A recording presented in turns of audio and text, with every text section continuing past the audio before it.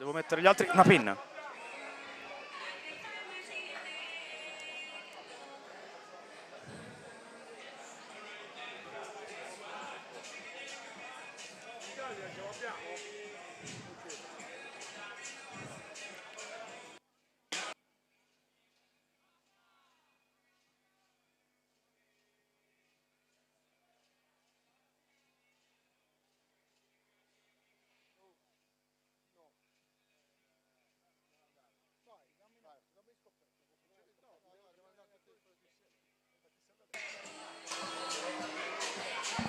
Good evening to all American football fans from the frequencies of FIDAF TV. My name is Francesco Porcello and I will be your announcer for tonight's game.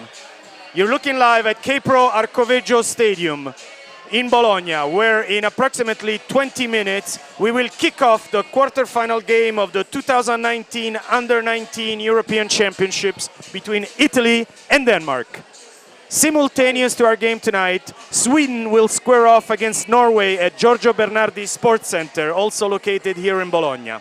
This afternoon, Austria beat Spain 61-7, and France beat Finland 30-0 in the first two quarterfinal matches.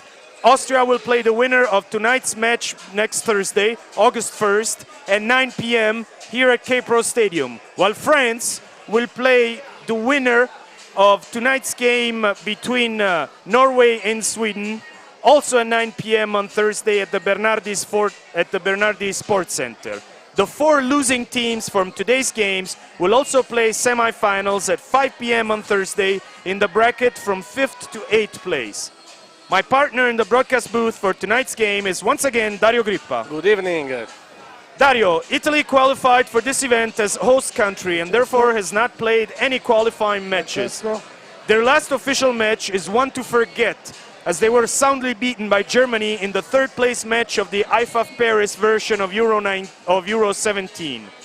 Denmark hosted the IFAF New York edition of Euro 2017 and lost to Sweden 26-14 in the final match.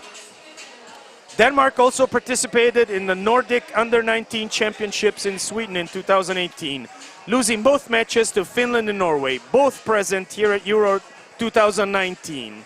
But that was without head coach Lars Carlsen, who was forced to miss the tournament to undergo cancer treatment. This could be a different Danish national team. Carlsen has already led Denmark to third place in 2015 and has constantly taken his teams deep into tournaments. I'm looking at a close match with Denmark as a slight favorite, Dario. Do you think that the support of the home crowd will help Italy to win their first Euro game since 1992? Francesco, Italy will get all the advantage of playing at the host team.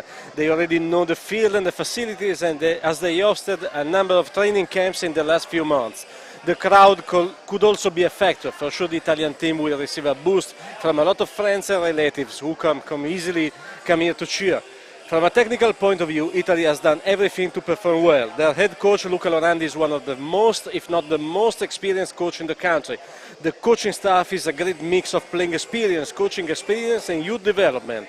The lack of live game testing could be something to overcome for the players, but most of them are real contributors in the first or second division of the Italian tournament, so there is no real risk about experience at playing ball. The Danish team is solid and, as you noticed, with Coach Carlsen at the helm, they have always been contenders. Expect them to start the game trying to enforce their fast and physical style, to try and take an early lead and manage the second half by virtue of a supposed better conditioning level. Thank you, Dario. Thank you, Dario. We are now going to our sideline reporter, Manfredi Leone, for some pre-game interviews. Manfredi, good evening. Good evening. Can you hear me? Yes, I hear you well. My mic was closed. So now I'm with Coach Lars Carlsen, a very good friend of us, well-experienced coach that coaches all the national teams in Denmark. Thank you for coming to our microphones, Lars, and good evening. How do you feel this game tonight? I feel really good. I'm looking forward to this for a long time. I have many good football experiences here in Italy, and I hope this one will be another one. We met in 2013 for the Group B senior with a nice final. So you remember that? I remember that one. Yeah, absolutely. Yeah, we hope to repeat that one. Yeah. Well, from the Italian point of view, I would say better no, but it's okay. It's your point, my point. That's okay. So, but your team is more younger or more experienced in what the average? I think it's a younger team, a new team we're building up. You know, under 19s always we like change it all the time because the age group is going on. So this is a young team, but we have some very experienced players on this team. Some of the guys that actually played the European Championship 2 years ago. So we're like a really good mix between young players and some really experienced players. What do you expect from your players? Who's going to be probably the key player tonight? I think our linebackers will be really good. The starting linebackers are absolutely good. Keith Mose and Tawaki will be good. And I think the O-line absolutely too will be good for us. Okay, Coach, thank you. Enjoy the game. Good luck, and see you in the halftime for another interview, and let's see what's going on. Yes, let's do that. Thank you. Thank you, Coach. Thank you, guys. Coach Lorandi for Team Italy had to escape because he is preparing the team before the kickoff, so he will be with us during the halftime after the game. So from Manfredileone, actually, is everything. I will come up to the stands to help with the stats. Enjoy the game. Follow us on FIDAF TV. Thank you, Manfredi. We take back the microphone to preview tonight's game. Dario, what will you be looking at? You heard some very interesting words from Coach Carlsen that mentioned his linebacking crew as very prepared for this game. What will you be looking for tonight?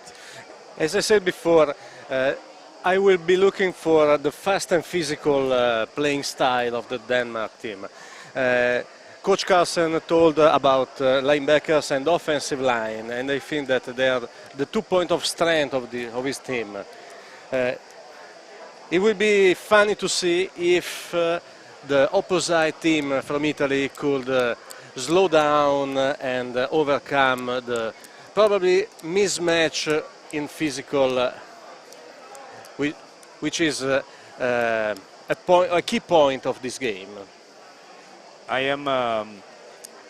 am looking forward to see what Team Italy's players will be taking from the fact that they are the host nation. If this will be an increase in stress or an increase in positive charge for them that will perhaps lead them to a positive result. As we said, Italy is a very unexperienced team from a European standpoint. If I can ask the broadcast crew to please pass us the national stats for Italy and Finland, starting with Italy. This is only the third time that Italy will participate in the final. Thank you. Here is the graph that I was asking for. Italy has only been present for the third time, and as you can see, their best placement is third in 1992. The first game that our national team played was our under-19 national team played was a sound loss to Finland in Toulon on 1st of September 1992. And the last game, unfortunately, was a game to forget as well, as we just mentioned in our intro to the game, which is their loss in the game for third place against Germany in the IFAF Paris version of the Euros. Denmark is a more, let's say, experienced teams in terms of Euro. Of course, Dario, as we have mentioned also during our first game today between Austria and Spain, players rotate, so most players that we see here are not the players that played 2 years ago because obviously of constraints linked to the age of the players. But Denmark has already garnered 8 times they were present here at the European Championships, coming in for IFAF New York second to Sweden in 2017 as their best placement. As you can see, their first game was a loss by 1 point to Great Britain in Berlin on 4th of August of '94, and their last game is a loss as Denmark had a really disappointing Scandinavian Bowl in 2018, losing both their games, and in particular losing to Norway 35-12. Let's now go to our field announcer Gianluca Corti for the introduction of the crews and of the teams. Dario, as soon as you have them, please give us the refereeing crew of tonight's game.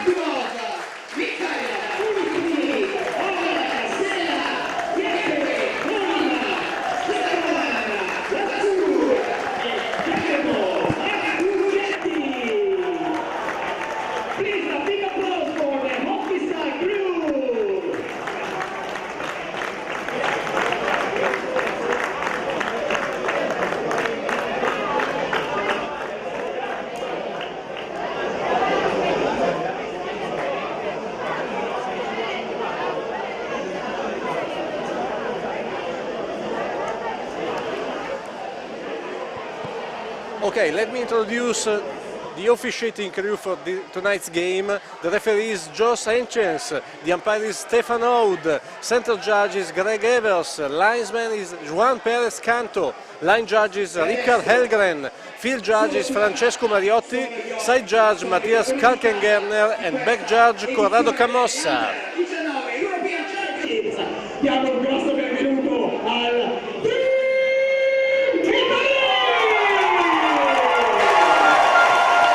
And now we can see the Italian team taking the field. They elected not to run but to walk on their field.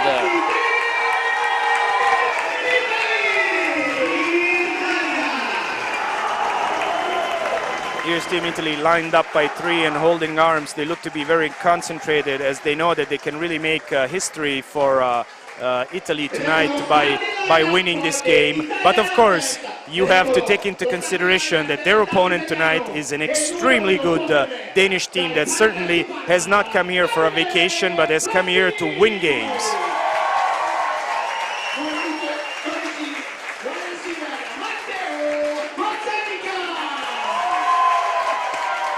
Now they're introducing the starting lineup from Italy. Let's start with the offense.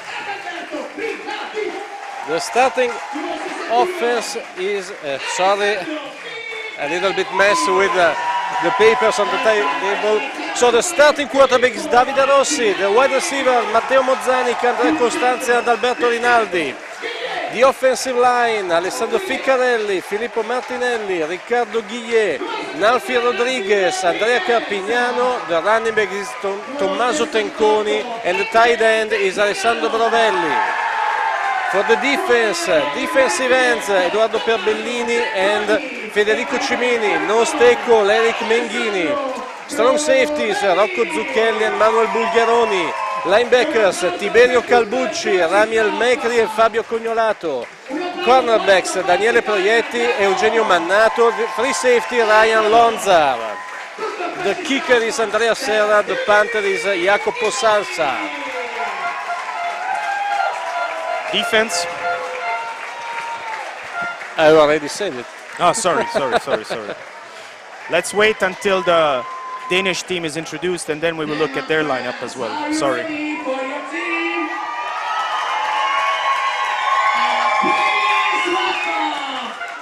E come potete sentire, Now is the turn of Team Denmark. even though Denmark is not exactly close to Italy, Dario, a very strong presence of Danish fans supporting. A great crowd here in the stands. So the starting quarterback is Kirsten, the running back is Øspersen, the receiver are Mazzanti, Madsen and Hansen, the H-back is Husky, offensive line Hansen, Kristofsen, Stiburg, Hansen and Nielsen. On defense we have defensive ends Klose and Mikkelsten, defensive tackles Flarup and Zada. Linebackers Kristoffersen, Hulmqvist, Nielsen. Cornerbacks are Haudrum and Christensen, and the safety is Hansen. With kicker Sondegård and punter is Larsen. Thank you, Dario. As we await for the completion of the starting lineups, and then we will go straight into our national anthems.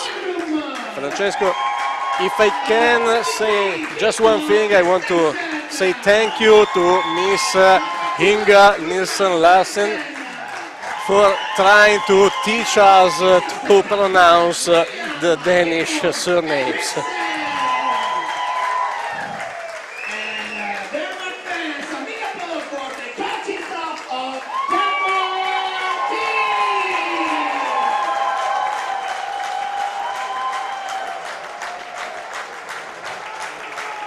Oh, I'm really sorry.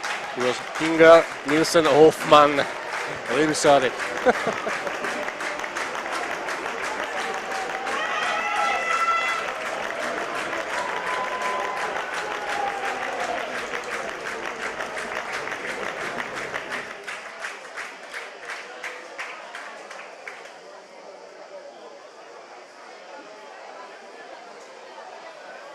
Ladies and gentlemen,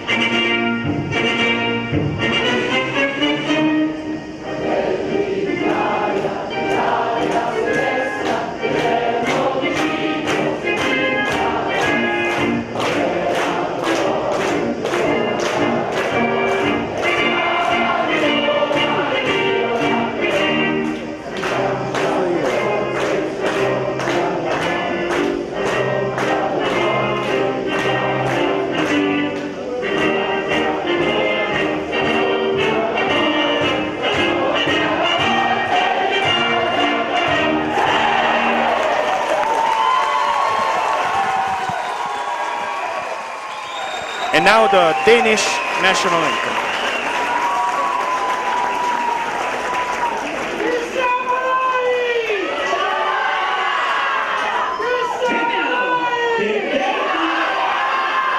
National anthem.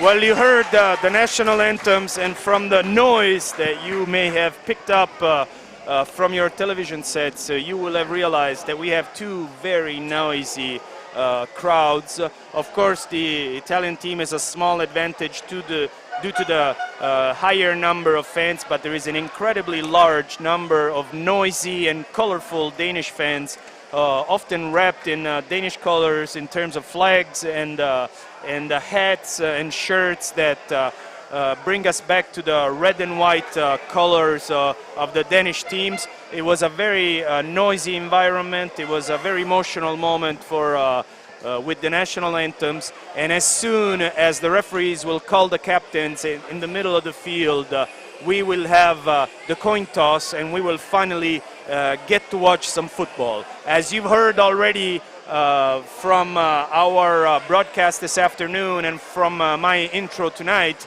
tonight's winner will have Dario, the difficult task of facing Austria at 9 o'clock on this very field on this Thursday, while the team that will lose tonight's game will go and play Spain in the semifinals of the 5th to 8th place pool.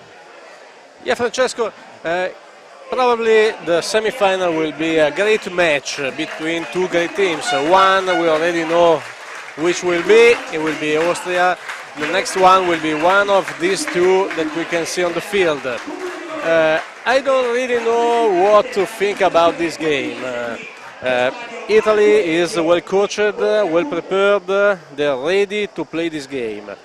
Same thing for the Denmark. Denmark is very physical.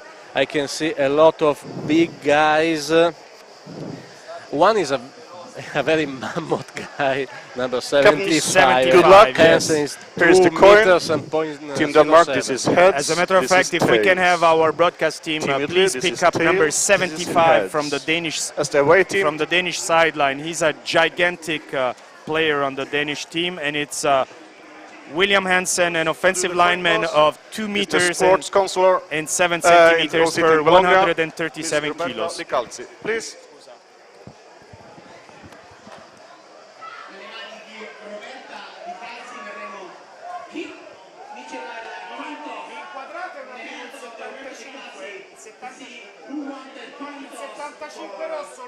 So, is heads. Team Denmark, you won the toss. What do you want to do? We'll see. Team Italy, you will kick off. From which side? You decide. Then line up like this, please. Denmark has won the toss and has decided to receive. Thank you to our broadcast team. Here is number 75 from Denmark, William Hansen. Dario, I would not like to be someone from the Italian defensive line lining up against this small guy. And even though I don't know him, he's my friend, I can tell you. This guy is really huge. He is he's just 207. 19 years old. Yes, exactly. I really hope he has stopped to grow up, because I'm pretty sure that some people walking next to him thought there was an eclipse of sun, and instead it was just him projecting a shadow. Enough with the jokes. Let's get back to football. As you have heard already, Italy will kick off to Denmark. Denmark has decided to receive and will receive and will play Denmark from right to left from with respect to your watching position from your TV sets, and Italy will play from left to right. Number 5 for Italy, Jacopo Salsa from Jaguari Torino in first division, in first Italian division, will be the kicker. Jacopo is a very small wide receiver, 1.65 meters per 63 kilograms, but we will see him right now in his role as a kicker.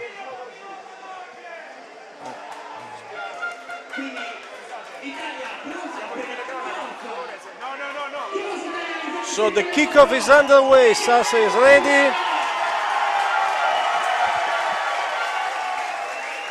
2 players And deep the game for is the on. Danish national team.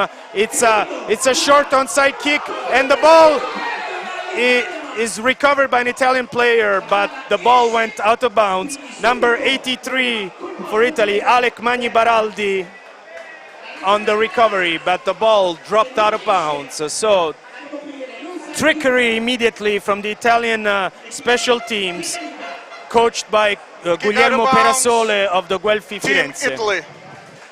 5 yards penalty from where the ball went out of bounds. First down, Team Denmark. Francesco, The we Italian can see the player, style yes. of Coach Luca Lorandi, the head coach. I really recognize his style in this decision to go for an onside kick at the very first play of the game. Okay, this is the way they want to manage this game, aggressive. Of course, as the ball went out of bounds, it was a penalty, and Denmark advanced the ball. So it's 1st and 10 Denmark from the 47, and it's a fantastic run, as we saw from number 30 from Denmark, asking for some noise from the crowd. David Espersen, a running back of 18 years from the Triangle Razorbacks. And let's look at this fantastic athletic gesture from Dario. I think he just leaped over one of our runners. But it is once again... There's a loose ball, and probably is a white ball. Fumble on the very next play from the Danish team. The referees are still unpiling the players to figure out. Meanwhile, we get a chance to look back at the fantastic play by number 30, David Espersen, and Denmark has recovered their own fumble. So it will be 2nd down and 4, ball on the 30-yard lines on the Italian portion of the football field. Christopher Carstens, number 18, the quarterback for the Danish team, he's changing probably something as he's come up to the line to talk to his lineman. It's a pass to number 84, Julius Hansen, that takes off on the sideline. A missed tackle by number 44, Daniele Proietti of the Italian team. And finally, Ryan Lonzar, number 16, defensive back, is able to bring Julius Hansen off the field, but not before a major gain from the Danish team that is definitely inside the red zone. So red zone for the red team, 1st down and 10 from the 10-yard line of the Italian side of the field. There was some motion definitely before the snap for the Danish team, and this looks to be 5 yards against the team coached by Lars Carlsen. Team Denmark. Number 75. We were talking about fast and physical style from Denmark.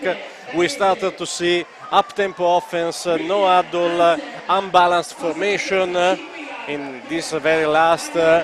So they want to start at full gas.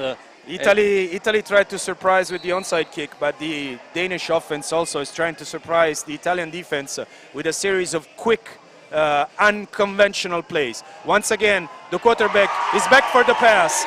For a moment, David Christofferson, number 1, had the ball in his hands, and then it dropped thanks to the good work of number 48, Fabio Cognolato from Giants Bolzano, that was able to defend the pass, and it will therefore be a 2nd down and 15 for the Danish team. Ball on the 14-yard line. In fact, it's considered to be a 2nd and goal from the 15. So there is no more 1st downs to be gained for the Danish national team on this 2nd down. Once again, it is a pass, and the ball ends harmlessly in the back of the end zone, as I believe number 84 for Denmark, Julius Hansen, was once again the intended receiver. Julius Hansen, only 16 years of age. Dario, already 1.88 m for 85 kilograms. A wing back and 2 receivers on the right, 1 receiver on the left. The ball is directly taken by the Danish team on the right side for a good gain on this 3rd down, but definitely not good enough for the score. So it was David Espersen, number 30, the running back, in charge of this run. It's already a time to decide for the Danish team if they want to kick the field goal or not. I see Alex Christensen, number 11, bring in the kicking team. So I believe Coach Carlsen will go for the field goal. Francesco, we are at the very beginning of the game. Is right to try to put some points of the scoreboard. Absolutely, absolutely. It's as they say, it's always a good thing to move the clock. I believe the clock it's moved too much because it's gone to 0, and this should be a delay of game against the Danish team, unless the timeout has been called, of course. Let's hear it. Delay of game, Team Denmark. 5-yard penalty. Still 4th down. As I mentioned, there was a delay of game against the Danish team that was not able to call the timeout in time. So it's 5 more yards. The ball is on the 15, so this will be a 30-yard field goal for the Danish team. The kick is plenty deep, and it is good. The kick by Sondergaard. The guy shows a good leg, Francesco. A good leg, and we have our first points of the game. So the Danish team comes up with the bottle half empty or half full, since they had a first-in goal. The Italian defense was able to limit the Danish attack. And number 28, Jakob Lindholm Sondergaard, was able to put the ball through the uprights for the first 3 points of the game. 3-0 Denmark, and we will now, after this kickoff by the Danish team, we'll have a chance to have a look at the Italian offense, led by Davide Rossi, only 19 years of age, playing in the Italian First Division in the Panthers Parma. We've seen him play quite a few times in our broadcasts, and due to the injury of the American quarterback in Parma, he was able to do quite a few good things.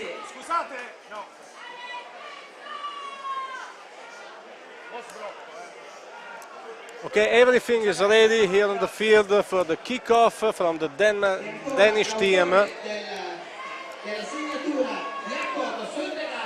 Mi sembra sempre Sondergaard.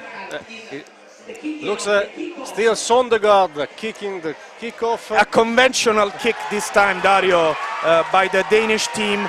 A very good return initially for the Italian team. I believe it is number... It's not so easy to recognize the numbers. Number 83, Alec Magni Baraldi from the Vipers Modena, an Italian team from second division. Alec Magni Baraldi, 18 years of age, a good return. And I was saying Davide Rossi will be leading the Italian team, even though he's only 19. A good deal of experience for him, and the Italian team will start... Offside! Kicking team, Team Denmark. 5 yards penalty. Re-kick.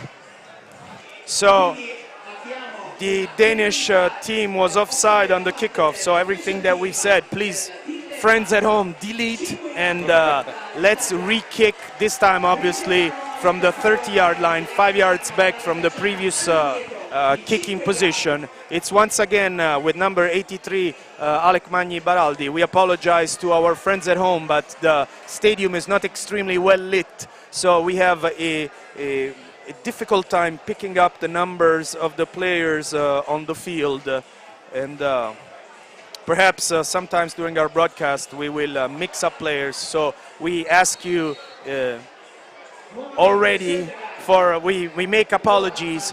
Here you have a very good screenshot of Alec Baraldi, so we definitely know, Dario, who will be returning this kick.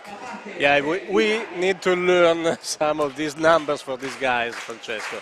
At least the blue numbers of the Italian teams are easier to pick up than the gold numbers of Spain this afternoon. That was a real hell for us. A very good return for Baraldi that breaks a number of tackles and is still up at midfield, and now is pushed almost in a rugby scrum style exactly in midfield. Very good return from Baraldi. They picked up the ball somewhere around the 22-23 yard line and returned it for approximately 26 yards. Ball on the 49, first and 10 for the Italian offense. Let's see if Italy is able to respond immediately. 3 minutes gone in this first quarter, and Denmark up 3-0 in this all-important quarter-final match between Italy and Denmark. Of course, we will ask for Manfredi's contribution, not only for the statistics, but also to update us on what is going on between Sweden and Norway. Perhaps we'll get an update immediately after this play. First and 10 for the Italian team, and there's already something that is not working. Timeout. Team Italy. So first timeout of the half. Manfredi. While the Team Italy called timeout, I can update you with Sweden and Norway playing in the Lunetta Gamberini field, Bernardi. The scoreboard is 7 points Sweden, 0 Norway, and we are still in the first half. Already start at 9 p.m. So Sweden, which was the given the #2 seed in this tournament as they won the IFAF New York version of the European Championships in 2017, Dario, already up on Norway. And it almost seemed as if Italy called a timeout to give us time to have an update from Manfredi. For sure they wanted to do that. Thank you for that. So we're lucky we can have two reigning champions in this tournament. Things were straightened out for the Italian team. Double wing back, left and right side. Double receiver, left and right. Tommaso Rossi saying something to his center and then dropping back to the classical 4-yard movement for the Italian team. And it's the player in motion that picks up the ball and tries to scamper. Number 86, Andrea Costanzi from Guelfi Firenze, the team that lost the Italian Bowl to the Siemens Milano a few weeks ago in Sesto San Giovanni. Very short gain for him, and it will be a 2nd down and 9, perhaps 8, Dario. Yeah, nice run. It could be useful to set for the next play. They want the defense to stay tight, to stay pistol formation, on the 3 receivers right, 1 receiver left. Tommaso Tenconi in the backfield, but it's a pass. It's a good pass, and it's almost caught.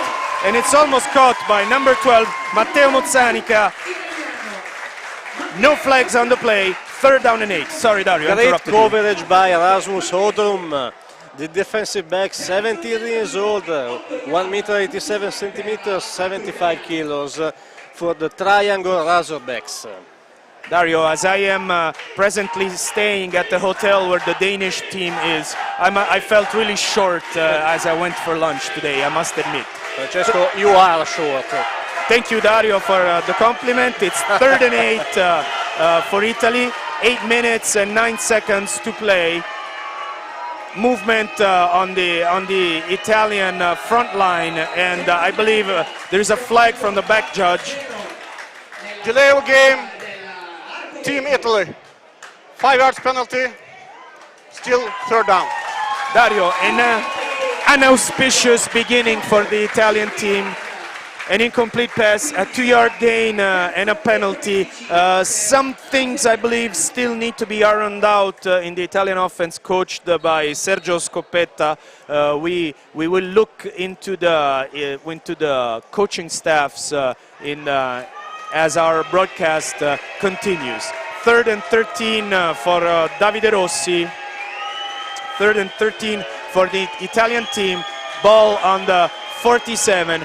4-man front line for the Danish team. It's Andrea Costanzi with the ball. He gains the left sideline, but he's well contained by the Danish team. In particular, number 7, Oscar Gabriel, defensive back of 18 years from the Slagelse Wolfpack, capable of bringing him down way short of the 1st down. It will be 4th down and 6 for Coach Luca Lorandi's team.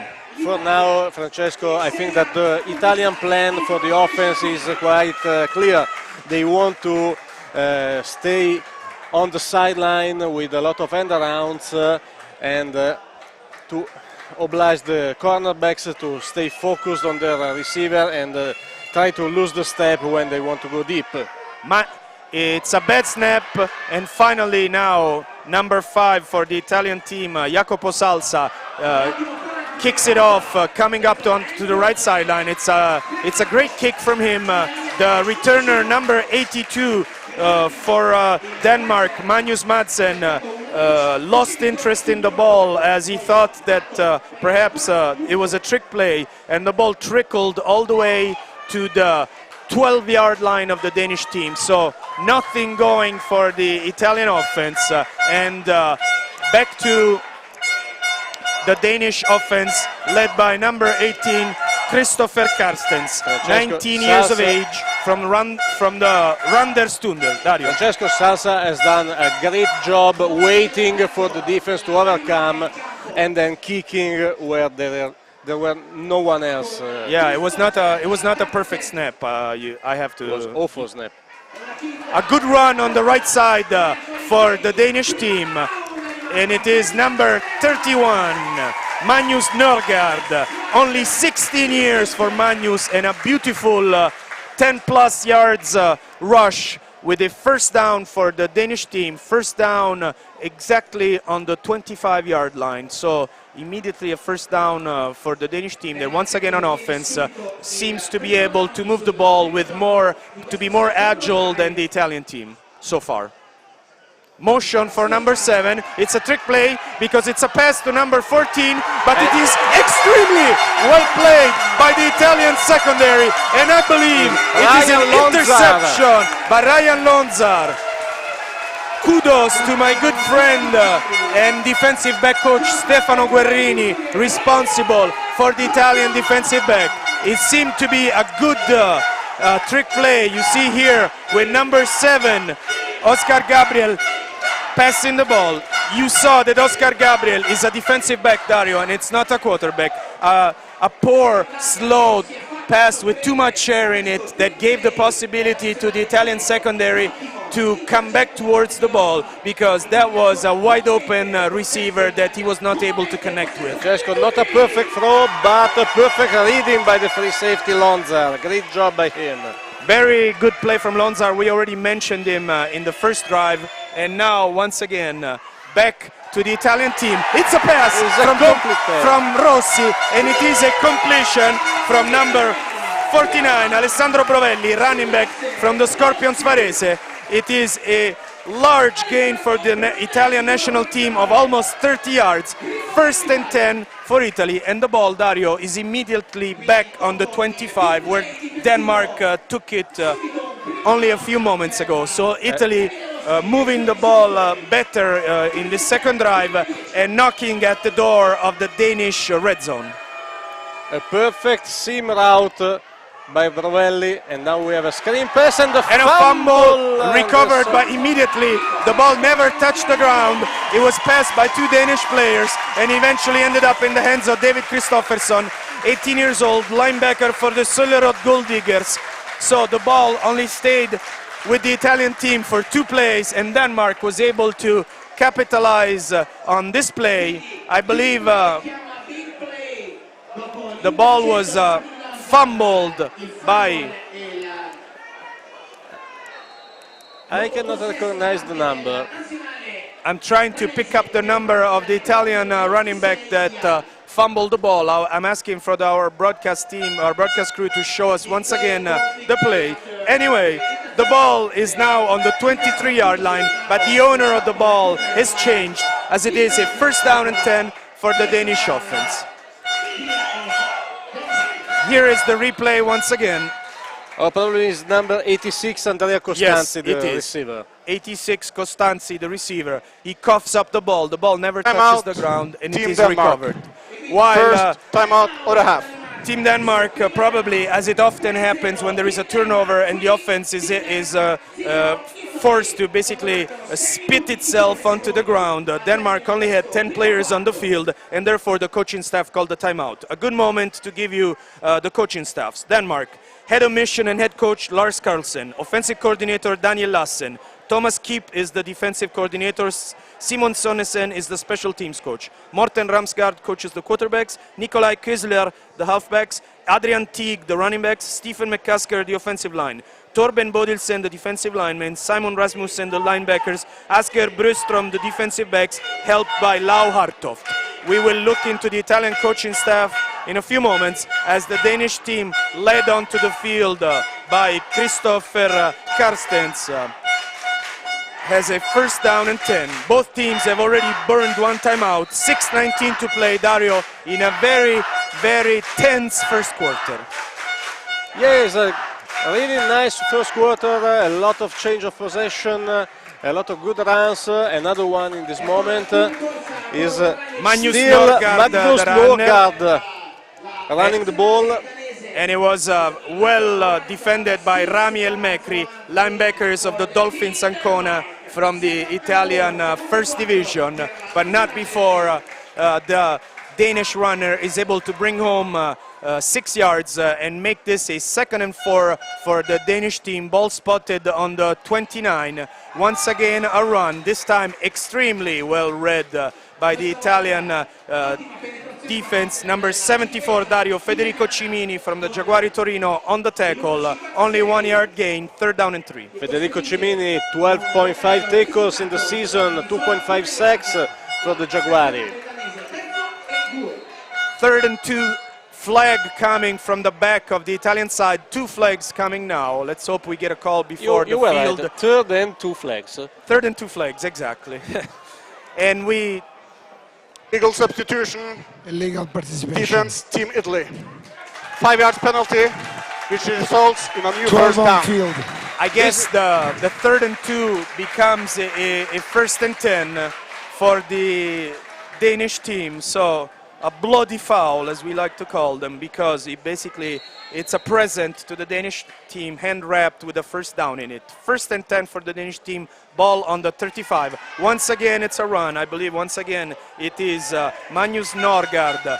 But once again, the Italian front 4 is well guarding, and once again we have number 74 Federico Cimini right in the middle of it. The runner this time was August Lilly, number 24, running back, 17 years old, from the Copenhagen Towers. As a matter, very tall, 1 meter 89 for 100 kilos for the Danish running back. Motion from right to left of number 84, Julius Hansen. It is a run in the middle, and it is a very good defense from the Italian front 4 that will make this a very difficult 3rd down. I believe there was a loss, Dario, on the play. 3rd and 10 for Francesco, Denmark. the D-line is doing very well, actually, because they are closing and filling the gaps, gap controlling, and linebackers are flowing in a perfect way. Tiberio Calbucci is leading the pack over there, and they did 2 wonderful plays.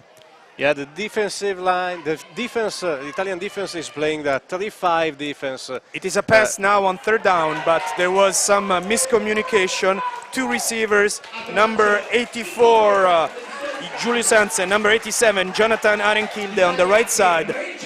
Neither of the receivers turned around looking for the ball. It looked as if it was one of those timing patterns where the receivers had to turn at the 1st down marker. They didn't, and the ball dropped harmlessly. So Italy on this, let's call it 2nd drive, because there was a turnover immediately on the true 2nd drive. Clock operator, please adjust the clock to 3:45. 3:45. So 3:45 to play, and on this 2nd or 3rd drive, depending on what you want to call it, calling out the turnover. Good job, in particular, from the middle of the defensive line and the Italian linebackers that forced Denmark to punt. Dario. The defensive linebacker corps from Italy is led by Tiberio Calbucci, number 56, linebacker from the Warriors Bologna. 54 tackles in the season, 1 forced fumble, 3 sacks in the Italian First Division. So he's a leader of his team and is becoming the leader of this national team. I believe he was MVP in one 2nd division Silver Bowl a couple of years ago that I was being on the commentary. Ready to punt the Danish national team. 3:41 to play. It's a muffed punt. The punter is able to recover the ball, but it is not able to actually kick it. This is a big one for Denmark, as the ball remains where the punter tried to kick it. If we can have a chance at the replay, it was we can figure out if it's a bad snap or if it was just a bad ball management by the punter. There is something funny about Tiberio Calbucci's story, because he's going to play in Denmark next 2 months to have an experience there. So actually he's facing probably some of the opponents he will face in next weeks. He's making sure that they are aware that they are getting a great player. I believe it was a bad snap. Let's get back to the live broadcast. It's Rossi rolling out on the right, open receiver, a catch for number 87, Adalberto Rinaldi from the Dax Lazio, a very good player for the Dax Lazio. Dario, we were able to do the play-by-play for their quarterfinal against Parma, and we know that Rinaldi will play with the Michigan Wolverines in the NCAA Division 1. I believe he was redshirted this year, and he will be in Italy until December, and then he will start his American adventure. He is really coming on strong. Here we have the replay. Good job by Rossi, rolling out on the right, looking at the receiver, perfect concentration, and a good catch for Rinaldi. First and 10 for Italy. Ball on the 21-yard line, and I believe there is a delay of game as the clock... delay of game, offense, Team Italy.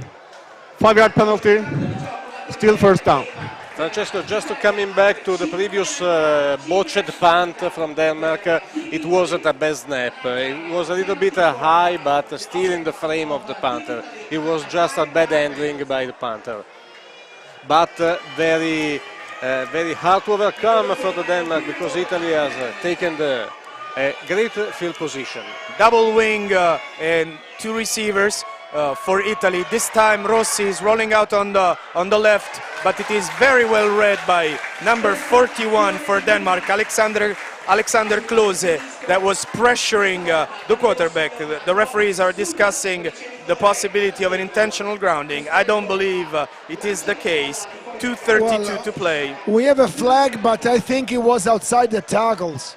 Let's hear. I believe also the presence of the quarterback near the crew. If we can have a replay, we can probably figure out where he threw the pass, or perhaps the ball did not pass intentional the line grounding. of scrimmage.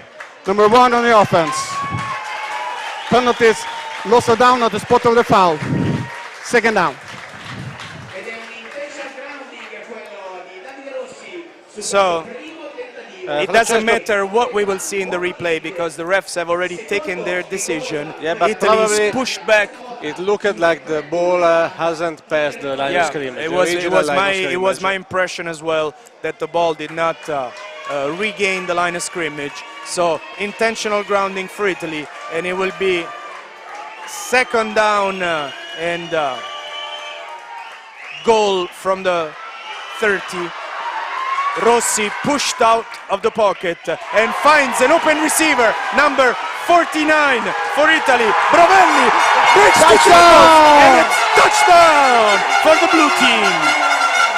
Alessandro Brovelli, 18 years from Scorpions Varese, second division, Italian league.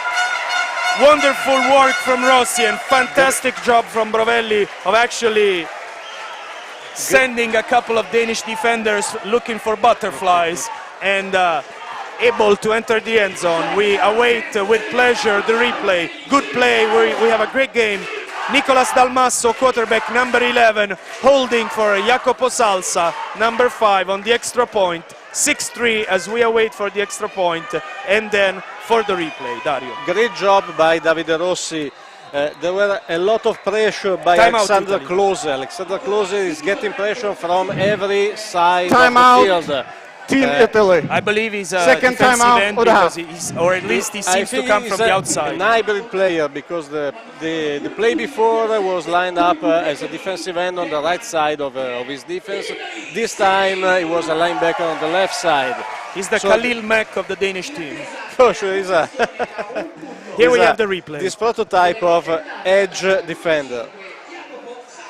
Let me say that Davide made a great job escaping from the pressure, and even in broken play, finding a wide receiver. Because he was scrambling on the left side. On the left side while he's a right side arm, yes.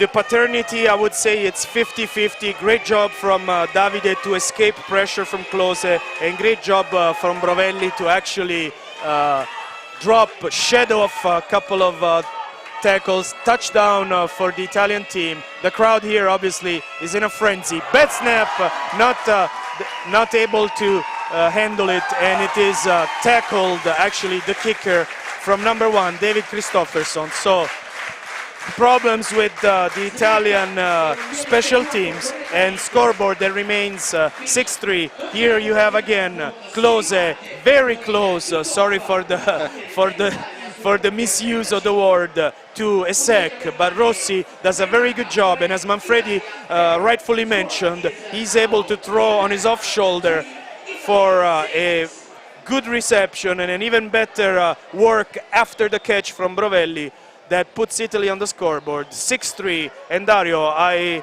think that it's a very dangerous miss on that extra point, because this looks to be a very close game tonight. Yeah, the miss is all about the long snapper. I could not recognize the number. I'm not sure. Look like number 68 Andrea Carpignano, man. I'm really not 100% sure about it. But the snap was very high, impossible to down for the holder, and so that's history. Is 6-3.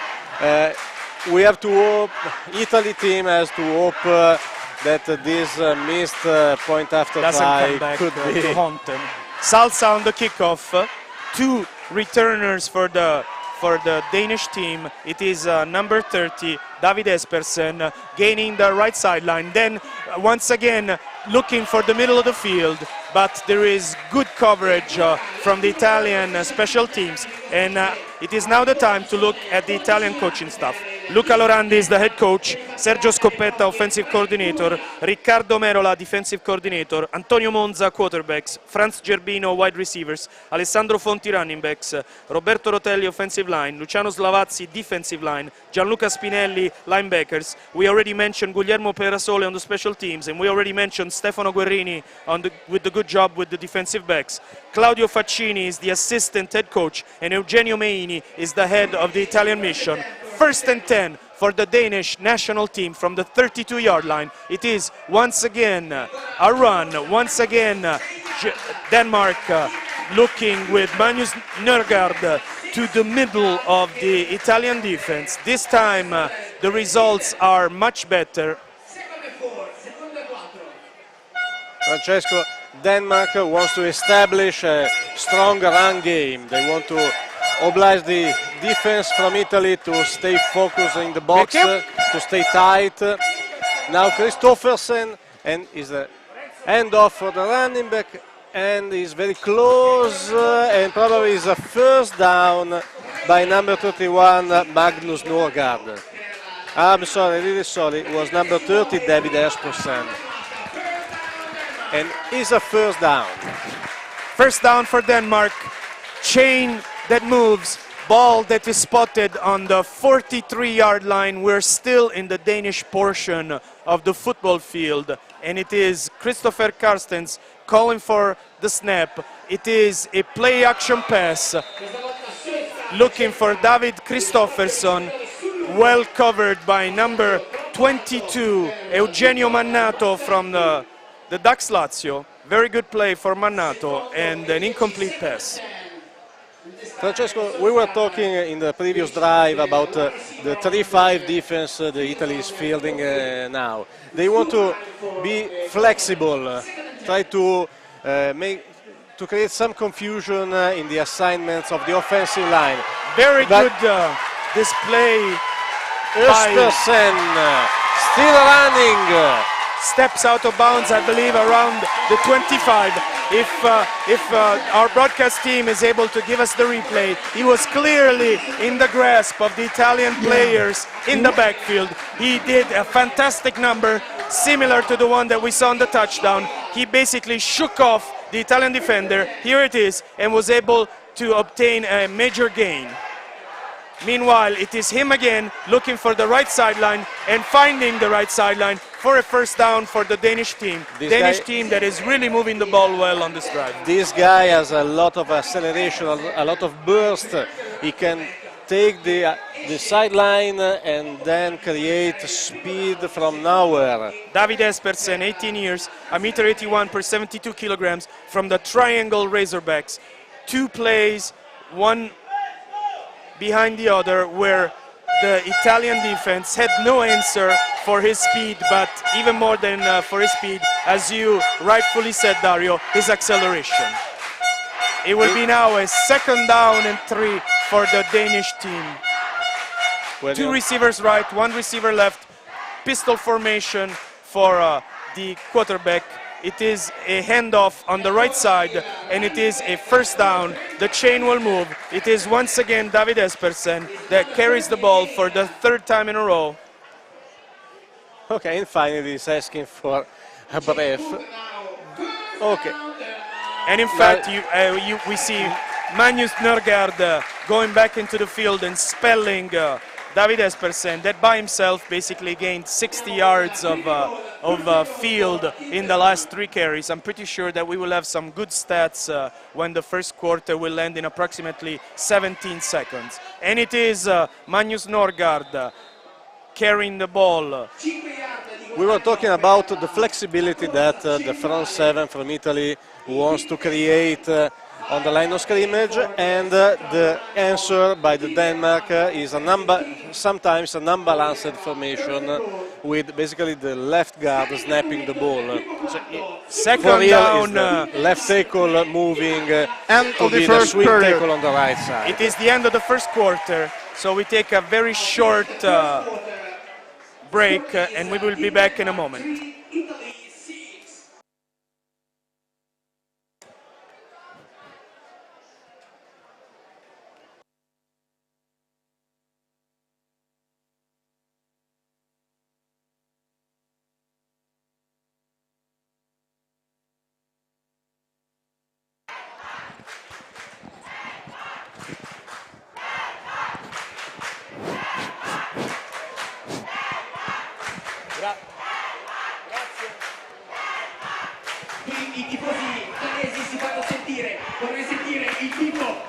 The Danish team is definitely smelling blood as they are getting extremely close to the Italian goal line. The ball is spotted in this, I believe it is on the 4-yard line for the offense led by Christopher Carstens. 2 receivers on the left side, 1 receiver on the right side. A player in a wing-back position on the right side, and a flag that comes up. Meanwhile, the pass is out of bounds. It's definitely outside the end zone, and I believe the receiver intended was Jonathan Nielsen, but the ball was way overthrown. It will be 3rd and goal for the Danish team pending the call. Offside, defense, Team Italy. Half the distance to the goal from the previous spot as the penalty. Repeat, 2nd down. So the ball will be spotted, Dario, on the 2-yard line as it is half the distance to the goal line, and we will go back to 2nd down. Bad penalty, very bad moment for Team Italy to take a penalty because... Probably a distraction by the cornerback that he was not focused on the position off from the line of scrimmage by his receiver. I believe it was Eugenio Mannato, number 22, offside. Once again, a flag, this time from the backside of the Italian portion of the field. Let's wait for the call. This time the ball, I believe, was not even snapped. From our stats crew, we have a total offense: Italy 8 plays, 85 yards. Denmark 21 plays, 116 yards actually. On the quarterbacks, Disregard the flag, there is no foul for illegal substitution. 2nd down. Is 4 on 6, the longest 31 yards. By Casterns is passing 1 on 5 and the longest 28. 2nd and goal for the Danish team, 2nd and goal for coach Lars Carlsen from the 2-yard line.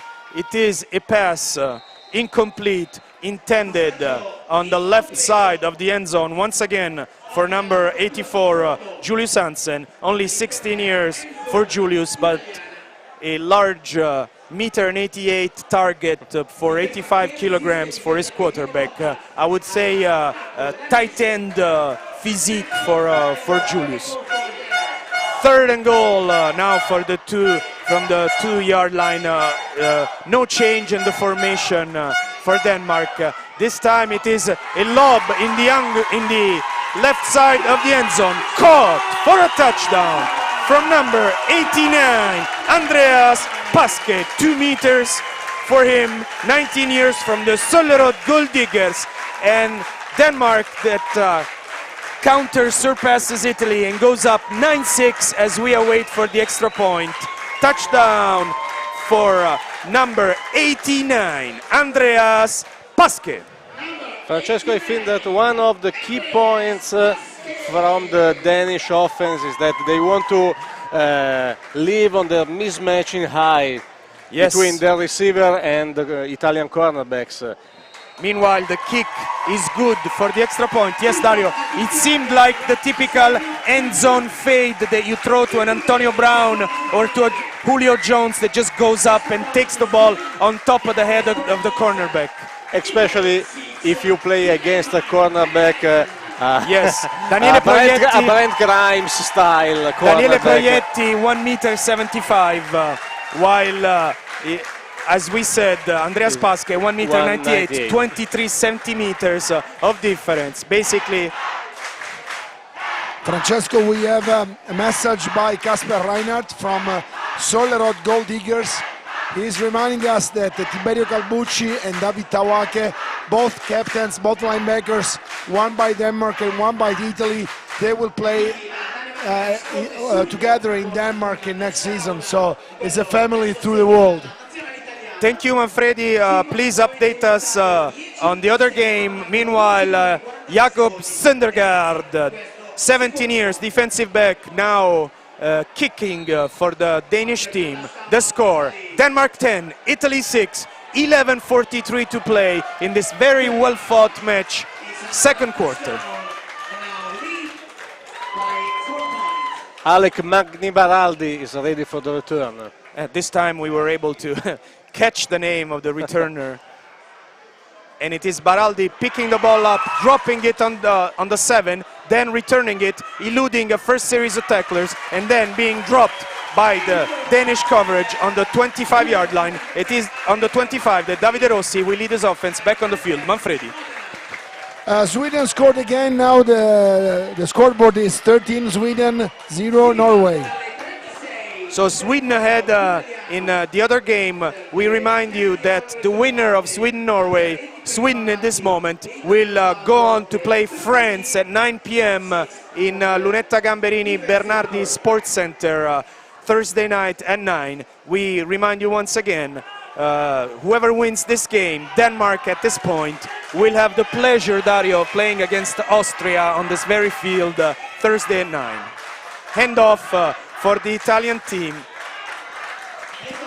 Ball for number 49, Alessandro Brovelli. I believe he is the scorer of our touchdown, if I'm not mistaken. Brovelli. Yeah, he's the guy who scored. Now I was checking it out because I'm seeing something different in the Italian offensive line, and probably now the new center is Riccardo Previtali. 3 receivers on the right, 1 receiver on the left. Pistol formation, or at least a semblance of piston. Rossi eludes the defense, finds an open receiver that drops the ball. Incredible, incredible, Dario. Andrea Costanzi had the ball, had the daylight to go and stroll into the end zone, and probably, as it sometimes happens in these occasions, Dario, he was already looking towards the end zone and forgot the most important thing, that pigskin object. Too much green grass. Exactly. And this will bring us to a 3rd down and 9. Very well played by Davide Rossi. This last play, drop from the receiver. This time it's a lateral pass for the Italian team to number 87, Adalberto Rinaldi. He is able to gain some yards, but not what is needed for a first down. And as we imagined, the punt team is going on the field. Yes, is coming onto the field. Good call. It's too early, too deep in the Italian half of the field, so it's time to punt. Agreed.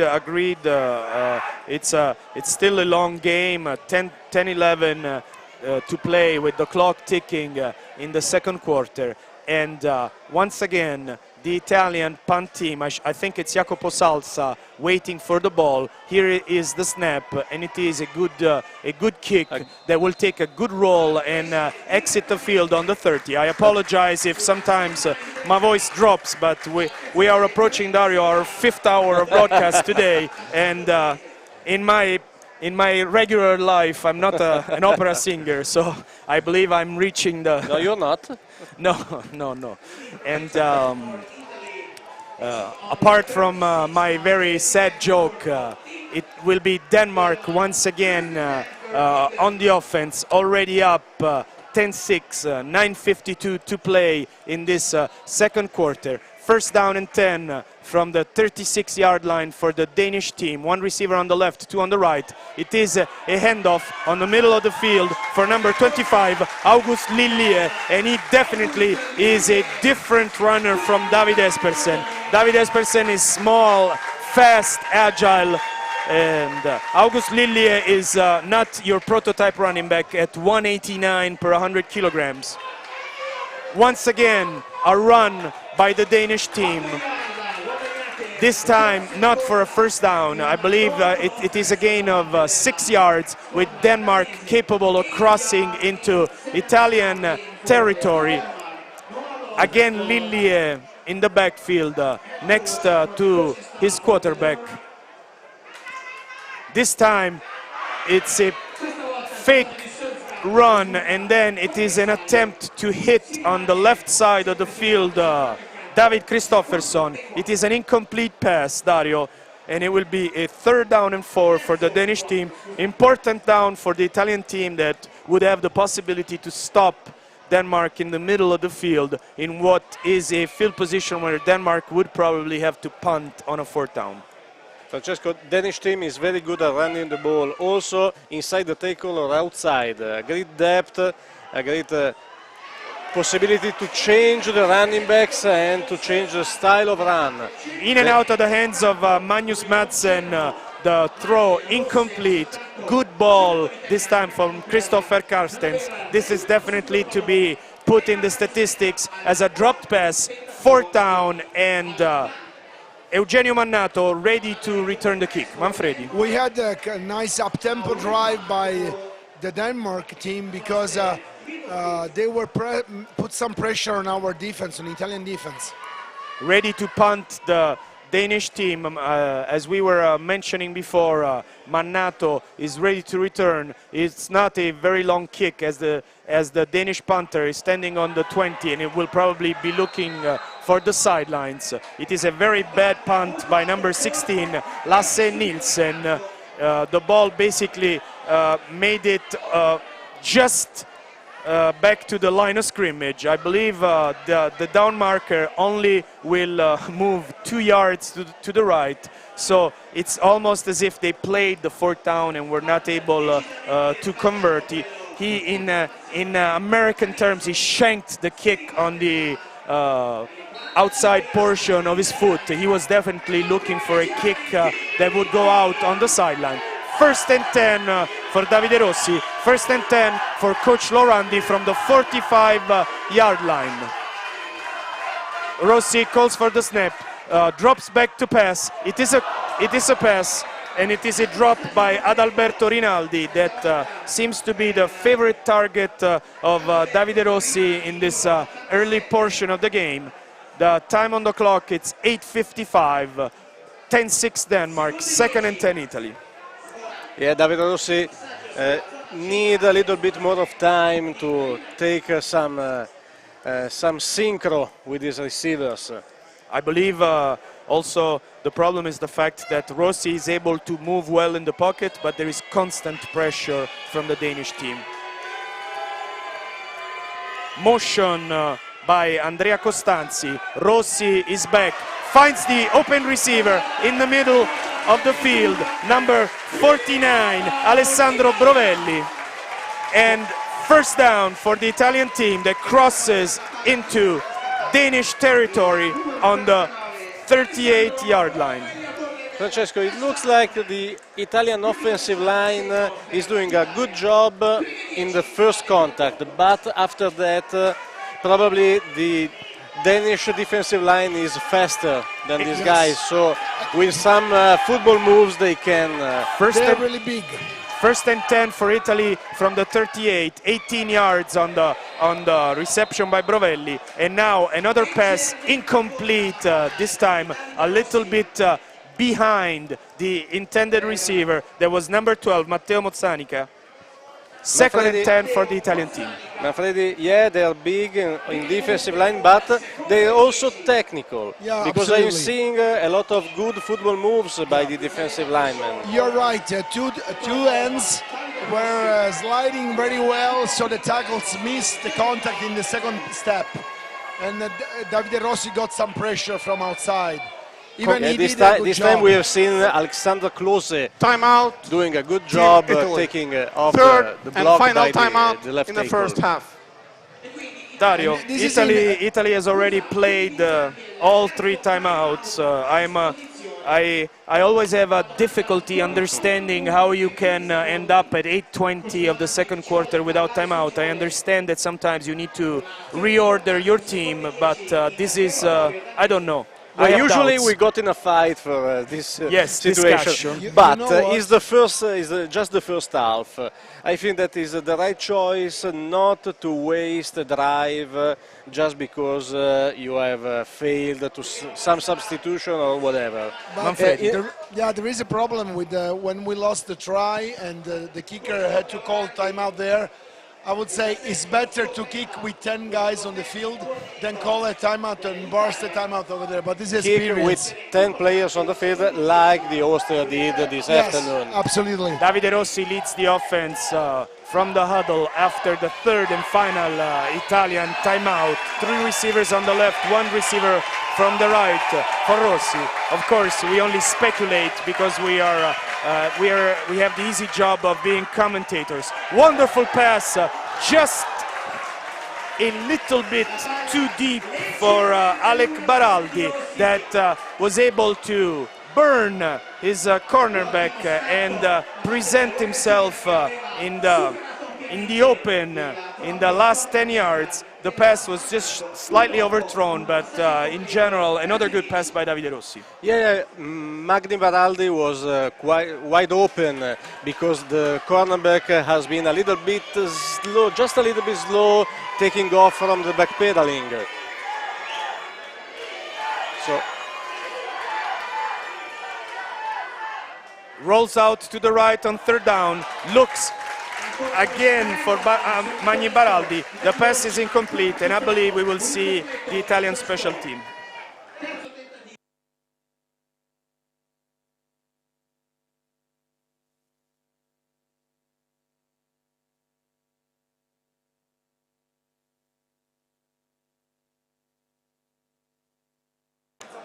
okay, we are ready for the punt from Italy. Still Salsa ready to punt. The long snapper is Daniele Proietti, defensive back from the Fighting Ducks Rome in Italian third division.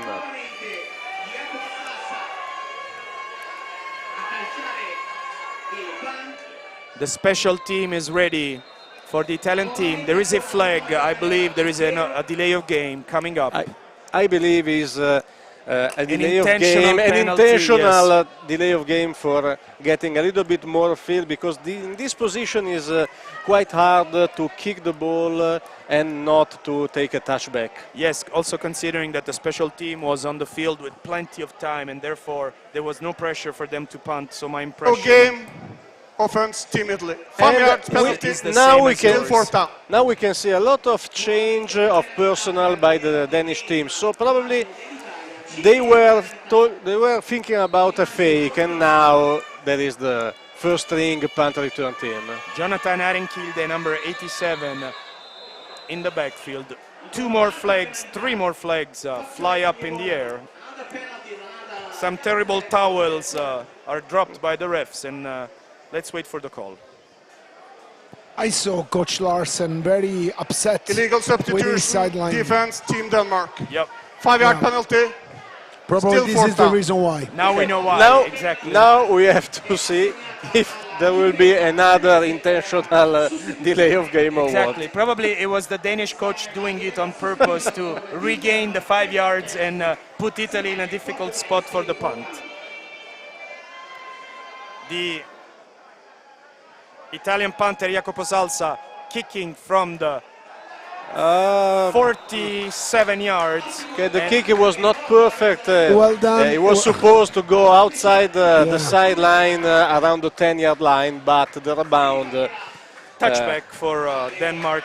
First and 10 on the 20. So a 50-yard plus punt for Salsa, but then the net is only 32, 33 yards because of the touchback. Denmark once again on offense, 7:54 to play. We had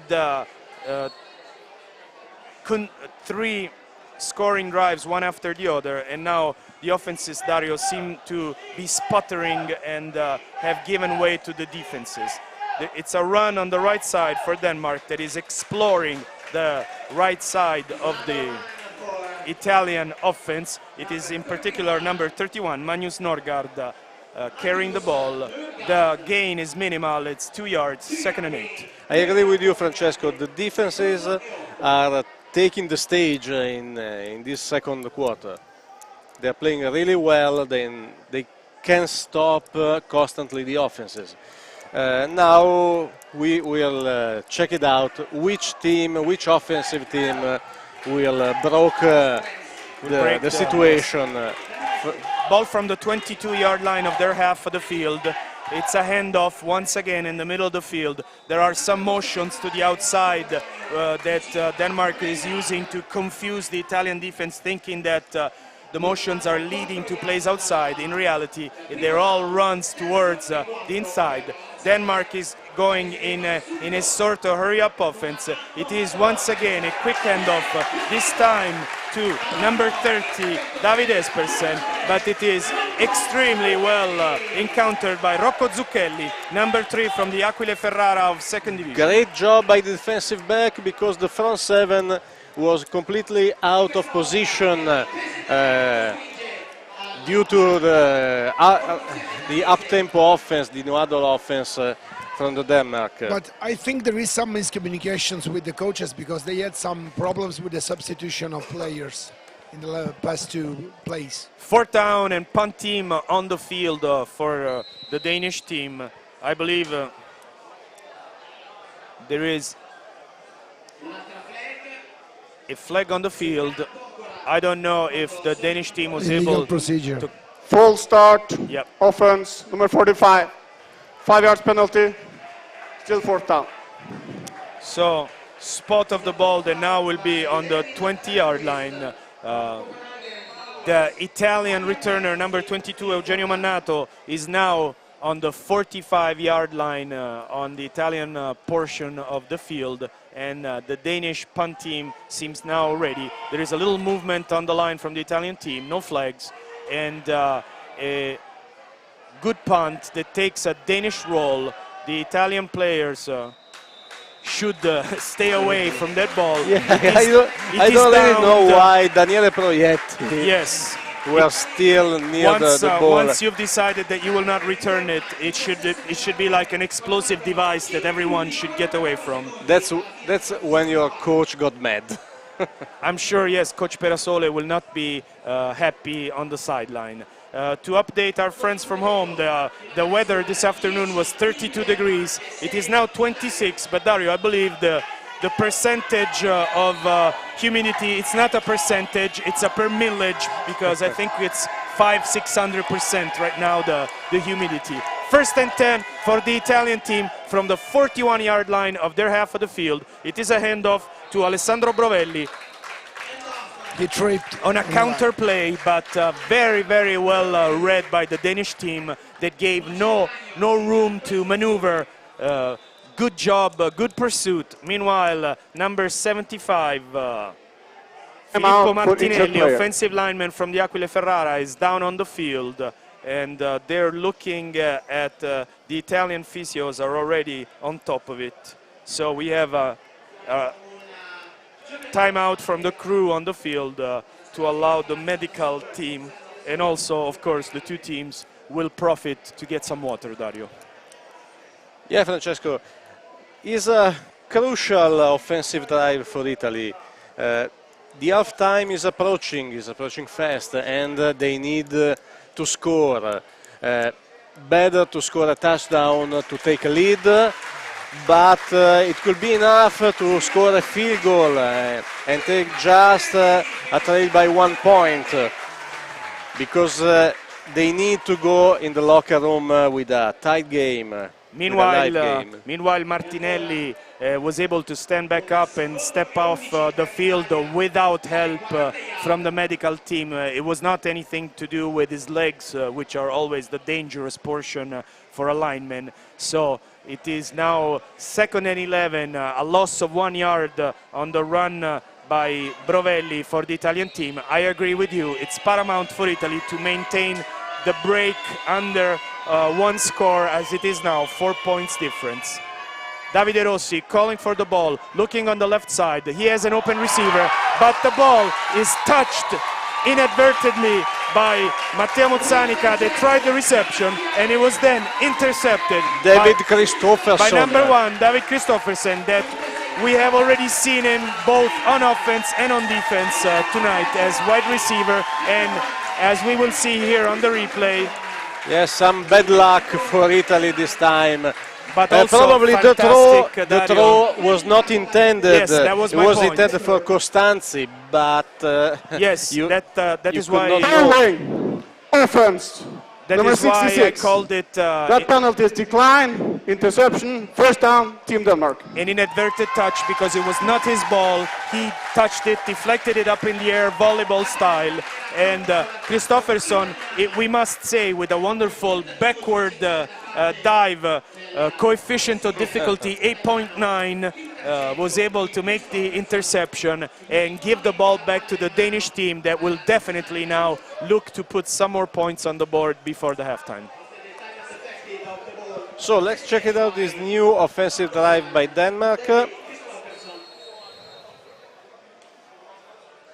2 receivers on the left side, 1 receiver on the right. Good job from the line, trying to open a hole from David Espersen, but there is very good lateral pursuit by none other than Mr. Tackle, Tiberio Calbucci, number 56, from Warriors Bologna, and as Manfredi mentioned, soon to join the Danish First Division.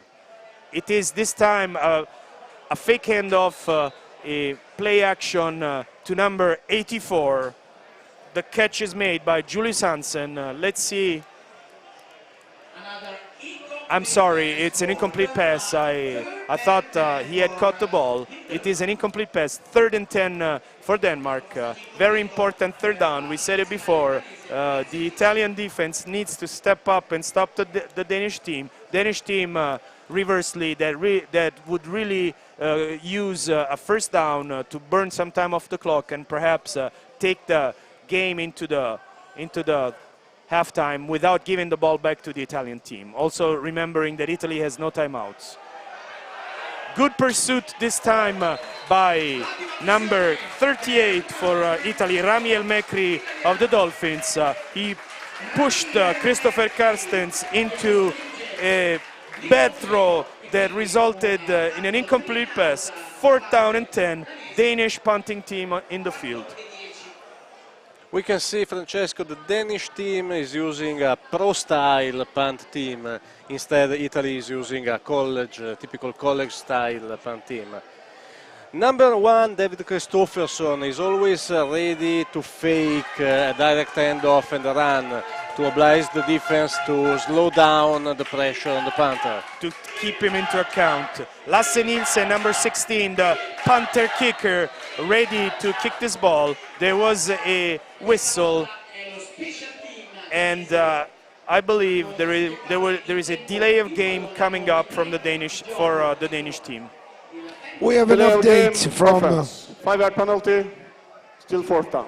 By the way, just as a trivia information, the rosters of the 4 teams that we received today, Denmark is the only team that has a player that is clearly slotted only with kicking duties, which is the player that you're seeing on the field right now, number 16, Lasse Nielsen, used simply as punter and kicker, therefore simply with kicking duties also as we look at the roster. This time, there is no delay, the kick is good, and it drops out of bounds around the 29-yard line without obviously giving the possibility of an Italian return. So it is on their 29 that Italy will start this drive.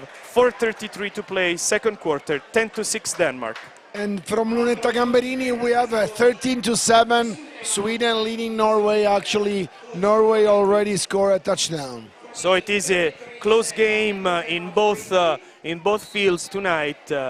Unlike this afternoon, where both France and Austria basically took a very large lead on the other team. 4-point difference here, 6 points in Lunetta Gamberini. First and 10 for Italy. Ball on their 30. It is a pass on the right side for Adalberto Rinaldi that fights a would-be tackler for 3 or 4 extra yards, and it should be a second down and 2 for the Italian team. Francesco, Denmark got nothing from the turnover, so we are at the same point we were some minutes ago. Italy needs to go to score some points to take a lead or take just 1 point of trailing for the halftime. Of course, it would be great for Italy to score, but it would be at least very important to move the ball far away from their half of the field, so that it would give Denmark a lot of space. Meanwhile, a very good run by none other than Alessandro Brovelli for a first down. Alessandro Brovelli is doing a great job tonight. He's running the ball, he's receiving the ball. He was listed in the starting lineup as a tight end. He's playing as an H-back hybrid role, and he's doing well. 18 years for Alessandro Brovelli, 1 m for 86 kilograms from the Scorpions Varese. It is a first down and 10, ball on the 47-yard line of the Italian portion of the field for Davide Rossi that calls the snap. Again Brovelli on a counter play. This time there is no answer from the Danish team, and there is instead another first down for Italy. It's the second time on the 39-yard line of the Danish portion of the field. It's the second time that Italy tried to play this tight end around. This time it has worked very well, with Brovelli running for a lot of yards, taking a first down, taking the other side of the field. Yes, the Danish defense on this very specific play seemed to be kind of surprised from the play calling. This time Rossi is back to play. There is no connection with Brovelli this time. The ball is too long, and when the ball arrives in the near vicinity of the receiver, he's not even looking for the ball. Second and 10.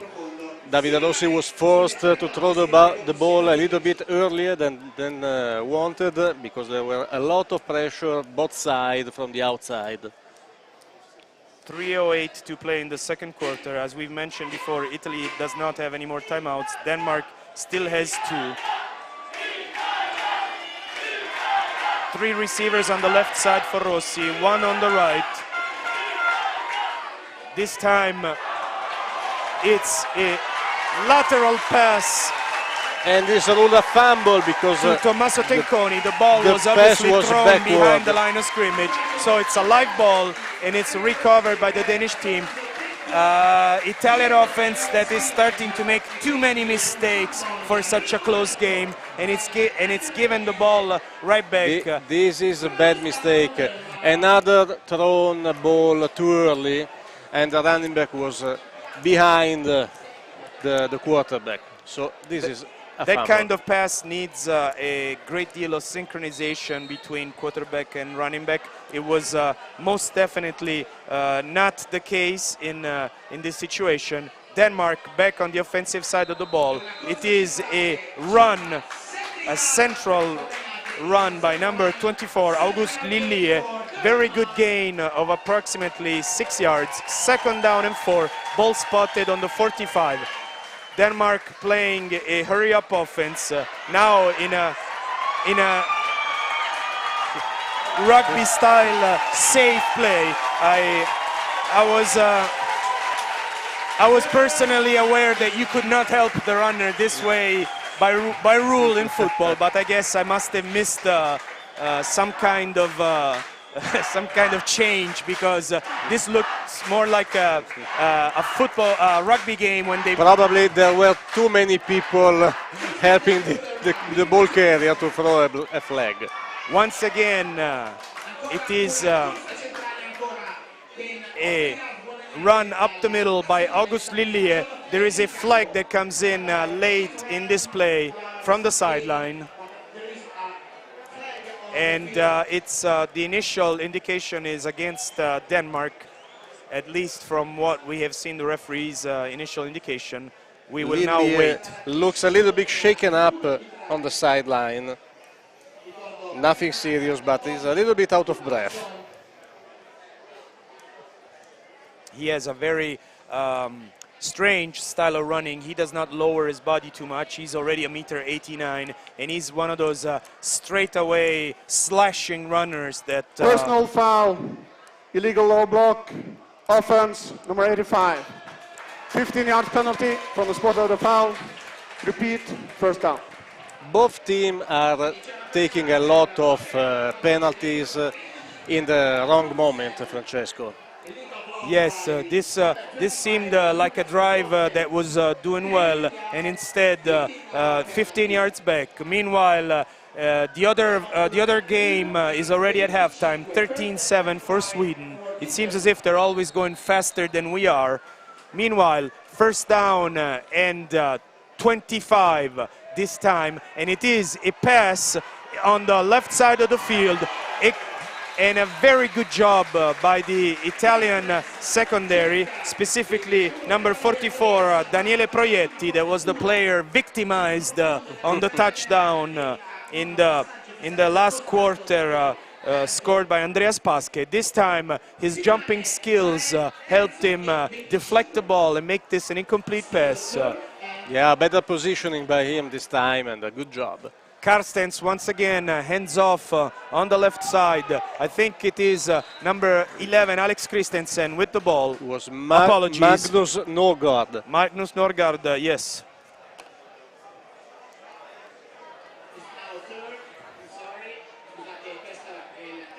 Good gain, approximately.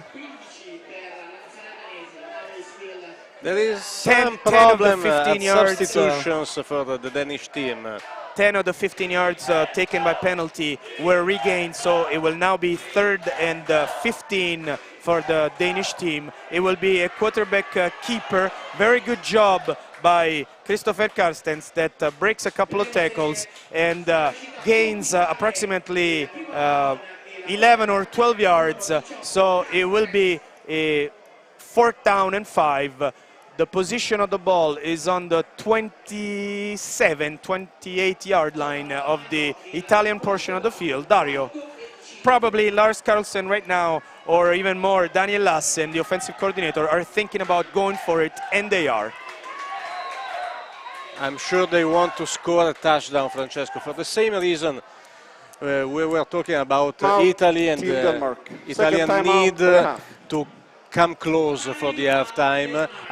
In the same way, Denmark wants to score another touchdown to take a 2-score lead and go in the locker room in a better position for starting the second half.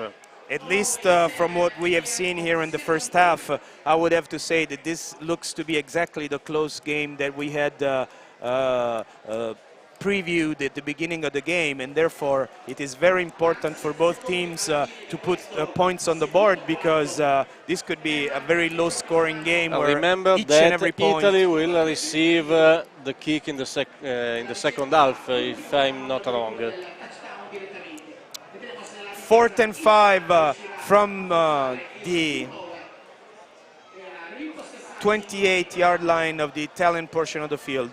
Dario, of course, when we try to guess, we are always wrong. So let's guess wrong what the call is. A pass? I would imagine that it's a pass with this empty backfield. It's a deep pass, 2 corner routes from the outside. Once again, problems with the substitutions for the Danish team. 1 player, 2 players now coming in.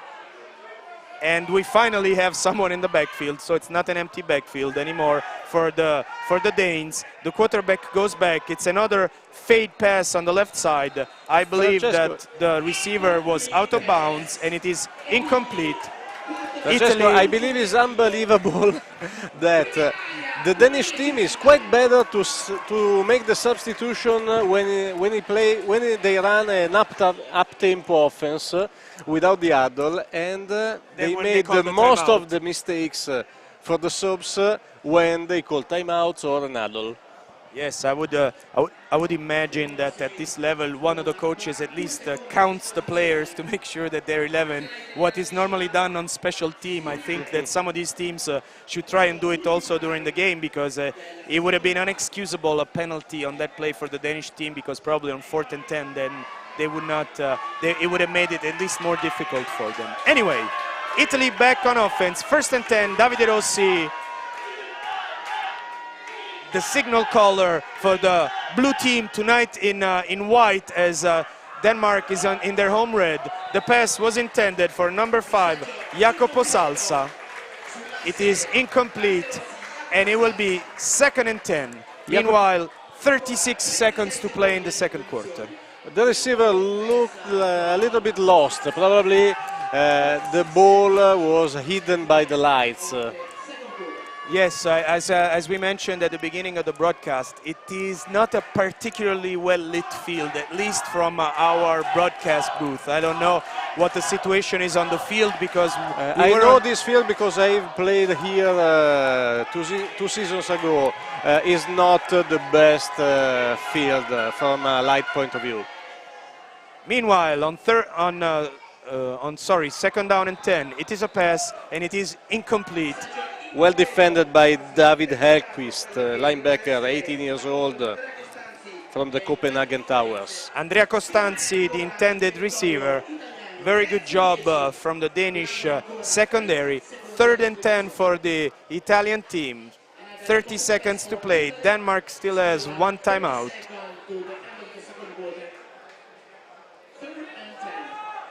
Perhaps I would go for a running play to force Denmark to call a timeout in order to stop the clock before the 4th down. Yes, Francesco, Denmark is playing quite loose in the backfield, and so there is a lot of room for running the ball for a 1st down. 1st down for the Italian team. It's number 9, Tommaso Tenconi, running back from the Jaguari Torino. 22 seconds on the clock, but now the refs have spotted the ball on the 1st down and the clock has started again, so Italy probably would be well served to use some kind of hurry-up offense. It is a bomb, it is deep, and it is caught by Adalberto Rinaldi. That goes out of bounds on the 27-yard line. Sorry, 17-yard line. A 43-yard connection from Davide Rossi to Adalberto Rinaldi. On the field, injured. A dangerous throw by Davide Rossi, a lot of air under this ball, but great reception. Timeout for injured player. I think Victor Christensen was the tackler, and Rinaldi got his leg rolled underneath the tackler. If we are able, with our broadcast team, to watch the replay, you will see that in the final portion of the play, when he's tackled on the ground, his leg is dragged under. I'm not sure, under the defensive back. He fell off on the ball.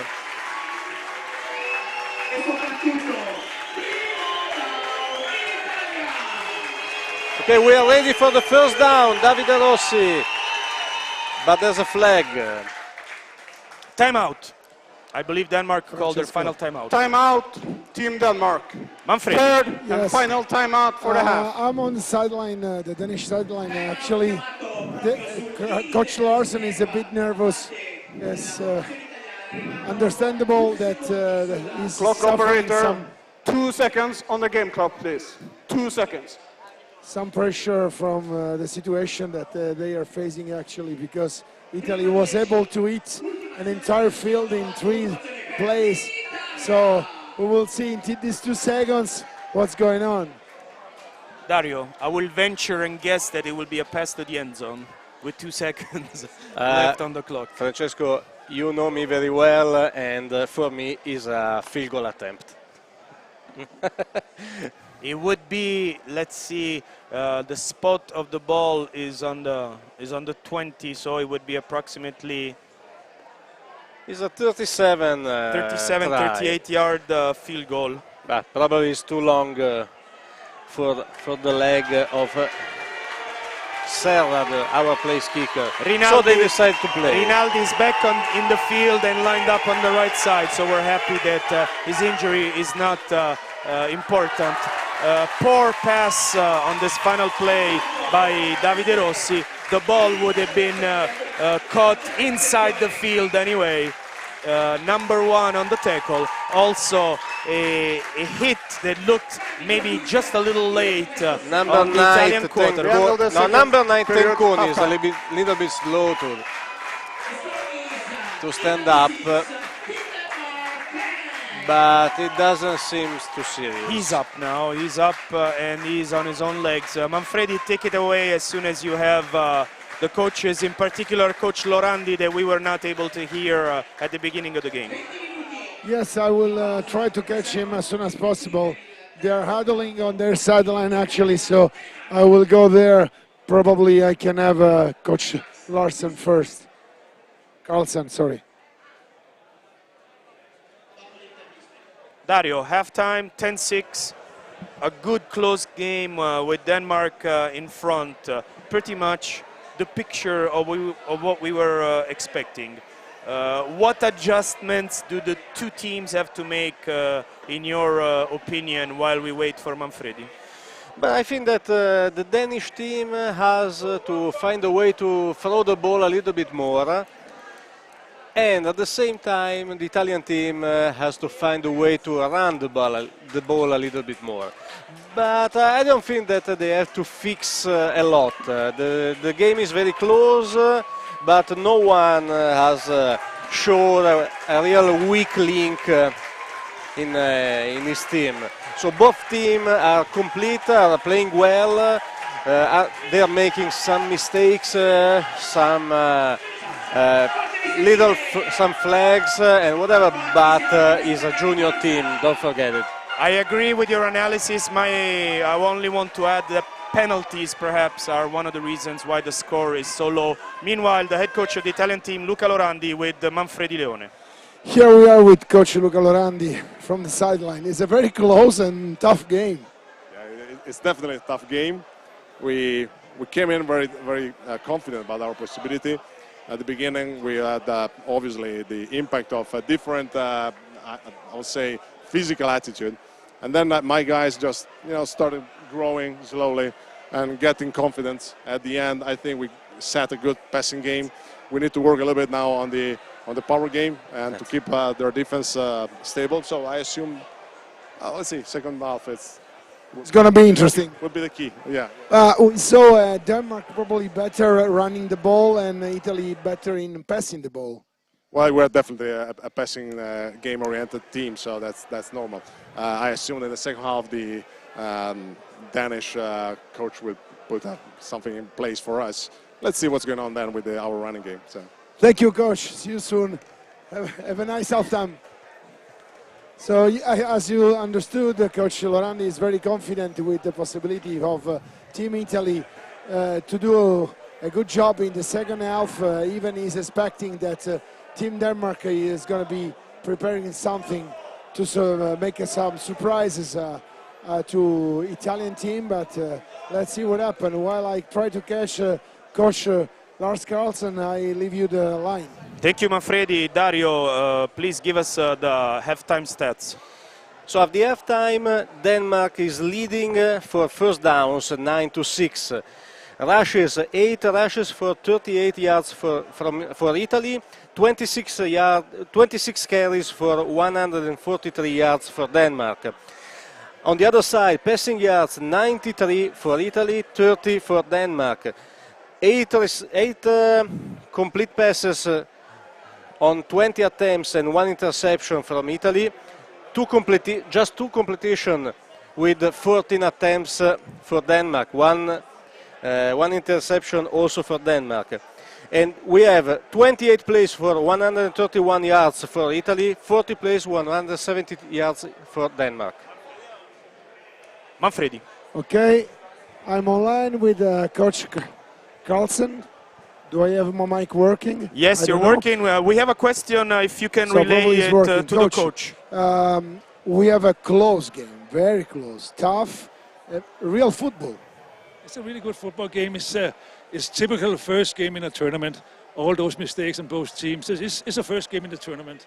It's a close game, and we need to clean up all the stuff. Manfredi. All the mistakes we're doing right now. We have probably plus runs in the Denmark side and plus passes in the Italian side. Yeah, that's right. And this seems to be. We need to get to the quarterback a little bit more, and we need to get our passing game up and our running a little bit more. So what do you expect for the second half? Now Italy has the ball.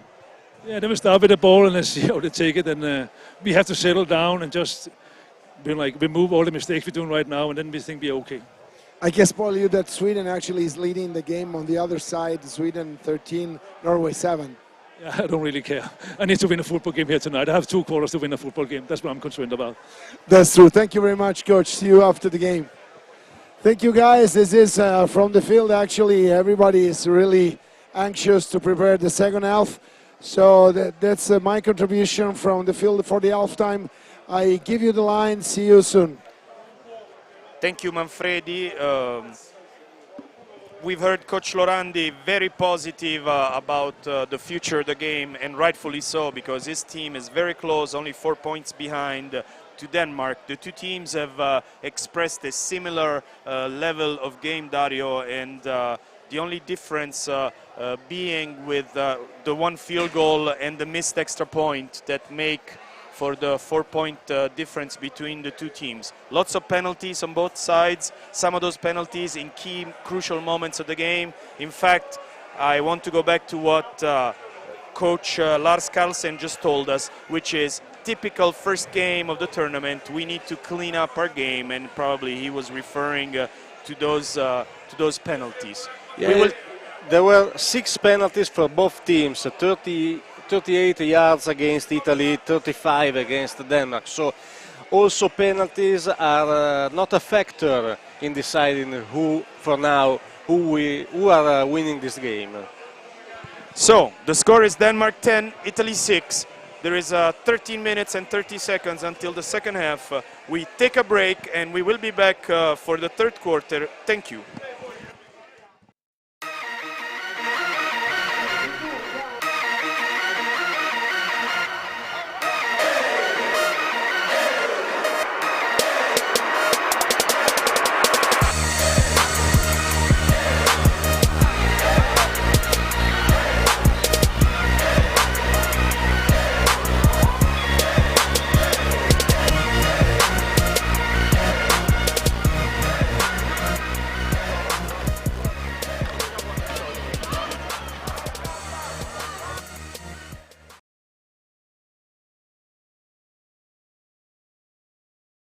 Ecco Elena che lotta per l'ambiente, per la biodiversità, per un sistema di produzione sostenibile che rispetti la terra e chi la lavora. Perché il mondo si cambia con le scelte di ogni giorno.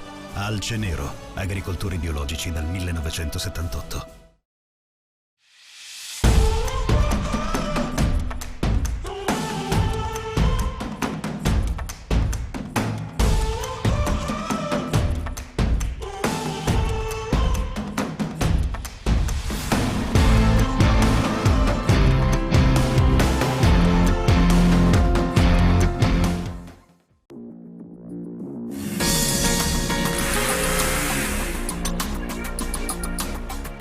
Qualunque oggetto, anche il più comune, può diventare un serio pericolo se usato in una maniera sbagliata. Sono più di 36.000 gli incidenti causati dalla distrazione. Mandare un semplice messaggio o rispondere a un'email mentre stai guidando l'auto può mettere in pericolo la tua vita e quella di chi ti circonda. Quando guidi, guida e basta. RDS insieme a te. Voglia di grandi eventi. Diversi terreni, diverse condizioni e difficoltà non ci fermano. Una vera squadra è quella che si mette in gioco, quella dove si combatte, non ci si arrende, dove si suda per farci trovare pronti alle sfide del futuro. Quando cresci, lo fai con la squadra, fianco a fianco, insieme. Insieme è perfetto.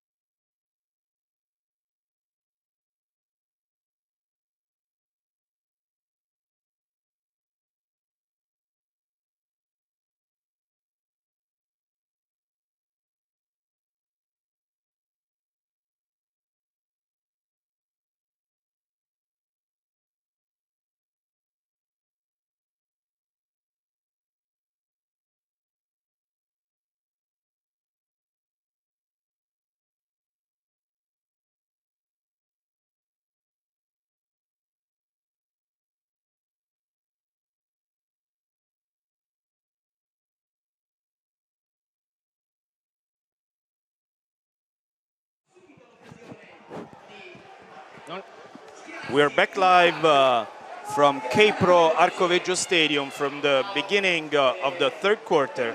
Number 83 deep for Italy, Alec Baraldi. Number 16, Lasse Nielsen, ready to kick off for the Danish team. And here we go with the start of the third quarter of this all-important quarter-final game between Italy and Denmark, with Denmark in front 10-6.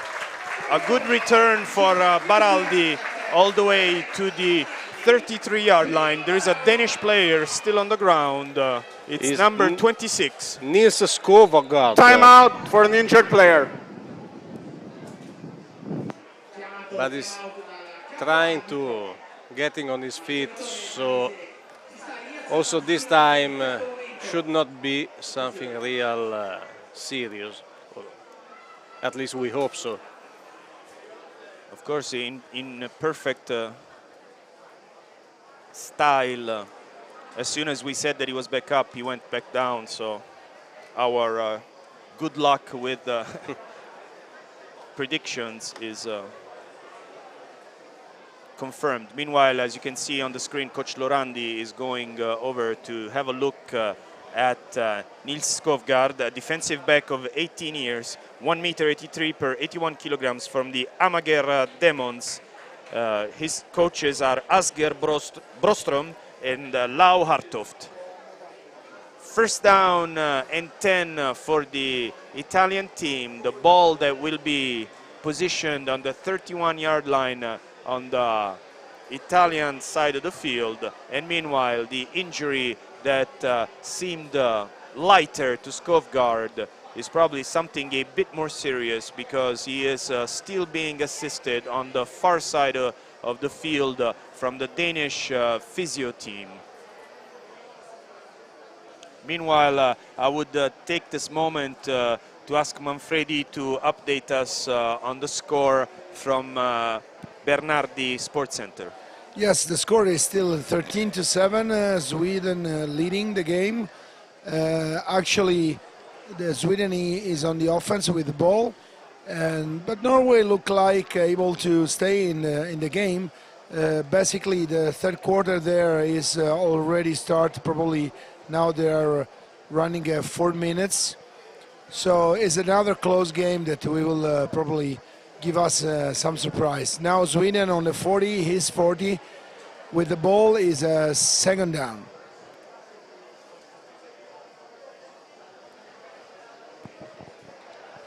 Let's take a moment, Dario, to recap what happened this afternoon for our friends at home. As we mentioned in the intro to our game, it was 61-7 Austria beating Spain, and therefore awaiting the winner of tonight's game in the semi-final that will be played here. And France blanked Finland 30-0, and we'll be waiting for the winner of the match that Manfredi just updated us on between Sweden and Norway.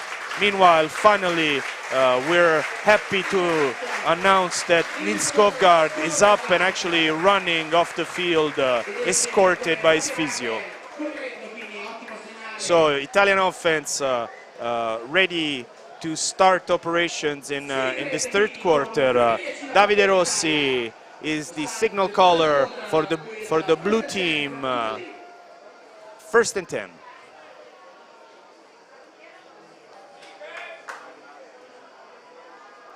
He drops back and looks for a pass on the right side, and it's immediately Adalberto Rinaldi from Dax Lazio, 19 years of age for Adalberto. We mentioned already during our telecast that he will be playing in the NCAA First Division with the Michigan Wolverines next season. A good catch for Rinaldi, good sufficient, Dario, for a first down for Italy, exactly 10 yards and ball on the 41-yard line. Yeah, good way to start the drive and the half for Italy. Now we will have to check it out if Italy will decide to change something in the game plan and start to involve more the running game. Once again, first and 10. This time it's a run, and it's a run up the middle for the Italian team, it's number 9, Tommaso Tenconi from the Jaguari Torino. 18 years for the Italian running back, and a gain of approximately 2 yards. Well met by the front 4 of the Danish defense for a minimal gain. 2nd and 8 for Italy. The Danish defense is doing a great job in shutting down the running offense from Italy. Once again, Rossi is back to pass. Once again, he looks to Rinaldi on the right side. He breaks a first tackle, but then he's met by a swarm of Danish defenders led by number 45 linebacker David Helqvist. And thanks to the good movement by Rinaldi, the gain ends up being approximately 4 yards, and it will be 3rd and 4 for Italy. The ball spotted on the 47 in their half of the field. The first down on the 49 of the Danish portion of the field. Francesco, the trend is the same that there were in the first half. So Italy is better at throwing the ball. Rossi back to throw, and it is a complete completion to Andrea Costanzi, 16 years of age for Andrea, from the Guelfi Firenze, and the chain moves again for the Italian team as the ball is now spotted on the 47-yard line of the Danish portion. Dario. So we were talking about the fact that Italy is a little bit better at throwing the ball. They're trying to explore the middle and the deep of the field. On the other side, Denmark is quite better at running the ball, and probably they will stay with this game plan. 3 receivers on the right, 1 receiver on the left for Rossi. That looks on the right side, now is pressured and is finally brought down by a host of Danish players. I believe the tackle belongs to Christian Flarup, defensive lineman of the Aarhus Tigers. This is what is called a coverage sack, because the coverage in the backfield by the Danish defensive backs obliged the Italian quarterback to take the ball too long in his hands. He held, as a matter of fact, exactly. He held the ball for an extremely long amount of time because he was not able to find anyone free downfield. So it will now be 2nd down and 13, 3 yards lost by Rossi on the sack by Flarup. He's once again back to pass, and once again this is a dropped pass by Matteo Mozzanica. Another drop pass that fell off too close to a Danish defender. This time Italy has been a little bit of luck. Yes, in more than one occasion the dropped passes by the Italian players were actually deflected up in the air and became tasty for the Danish secondary that this time was not able to pick up the ball. Roll out to the right by Rossi that eludes an attempt by Christofferson, and finally Rossi, once again pressured on the right sideline, is not able to find the open receiver. Good job by the pressure of the Danish team. Incomplete pass, 4th down, and punt team on the field. Francesco, the Danish defense knows that Rossi is very dangerous at throwing the ball, so in this drive they are constantly sending 5 guys in pressure, and for now is working this tactic.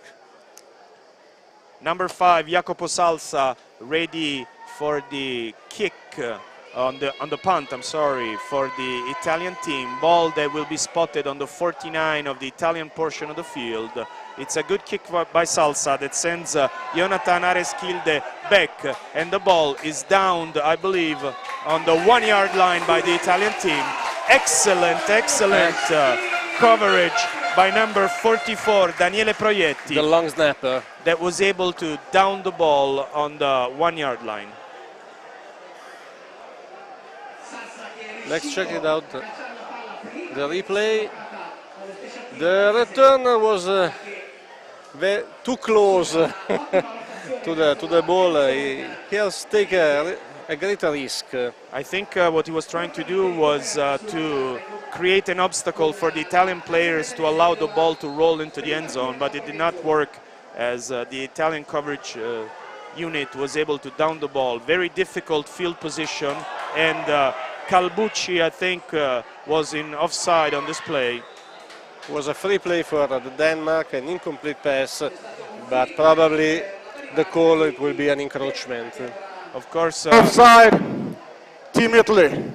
Coach Merola calling the blitz on this play to try and guess the snap count of the Danish team. Danish team that instead was able to trick the Italian defense and draw them into an offside that is very, very good for the Danish team, because it will now be first down and 5 from the 6-yard line.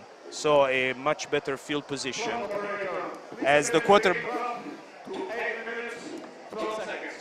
quarterback now will be standing with both feet inside the field of play and not in the end zone as he was on this past play, Dario. Yeah, in a different way from the Danish defense, Italy is not sending more than 4 guys in pressure. Basically because they're not so scared about their passing skills from the quarterback. Instead, they want to stay in their gaps for try to contain the run. Motion for the Danish team.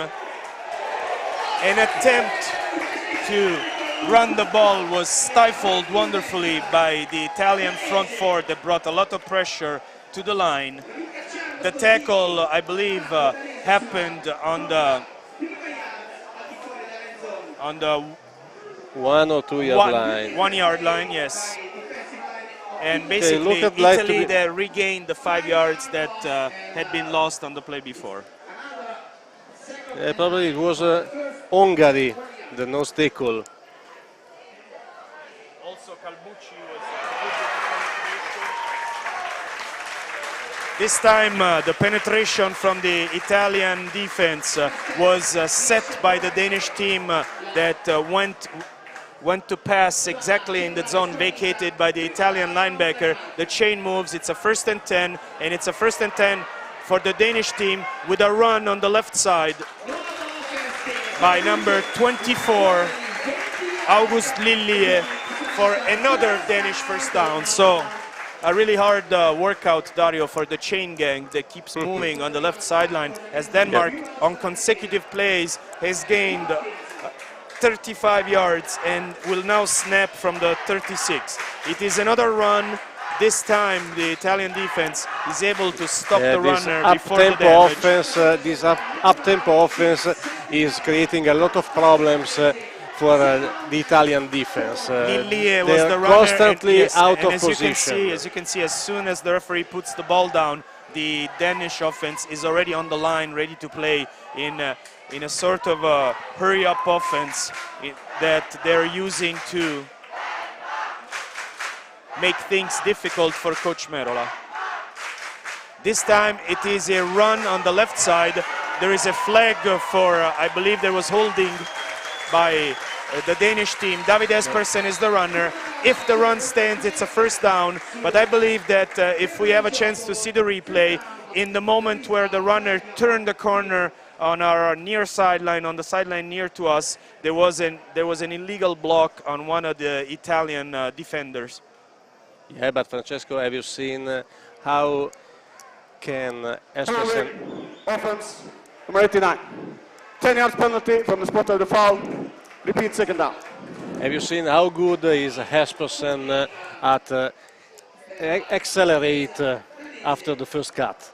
I believe, in fact, that his coach is using him in a rotation with Lillie, because they're so different that it is very difficult for the defense to adjust from one and then to the other.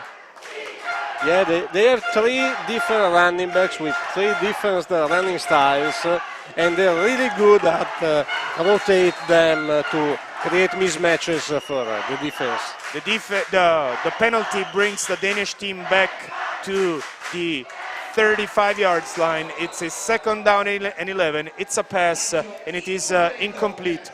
Meanwhile, Dario, a gust of wind is going through the stadium. If we can have our broadcast team have a shot of the flag on the corner of the field to show our friends home that it is now quite windy here in Bologna.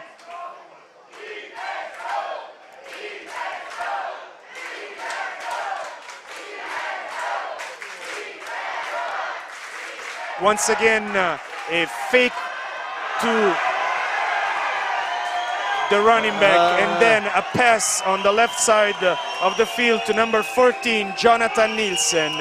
The Danish team is asking for a flag, but probably the back judge elected that the defender was looking at the ball and not at the player. Asking is a polite way to put it, because as you may have heard from the sound coming through our microphones, they're screaming, both the sideline and the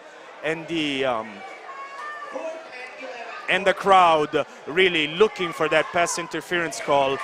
Now Lasse Nielsen back on the field with the special teams. The Italian defense has been able to stop again the Danish team. A very good kick this time that goes over the head of the returner Eugenio Mannato, and it's downed on the 17-yard line by number 35, Lucas Jensen. Dario, both teams with very good punts. This time Mannato misjudged how deep the punt was, and so it was not enough deep on the field. Yes, but the wind was an issue. In fact, my impression was that it was not him misjudging as much as the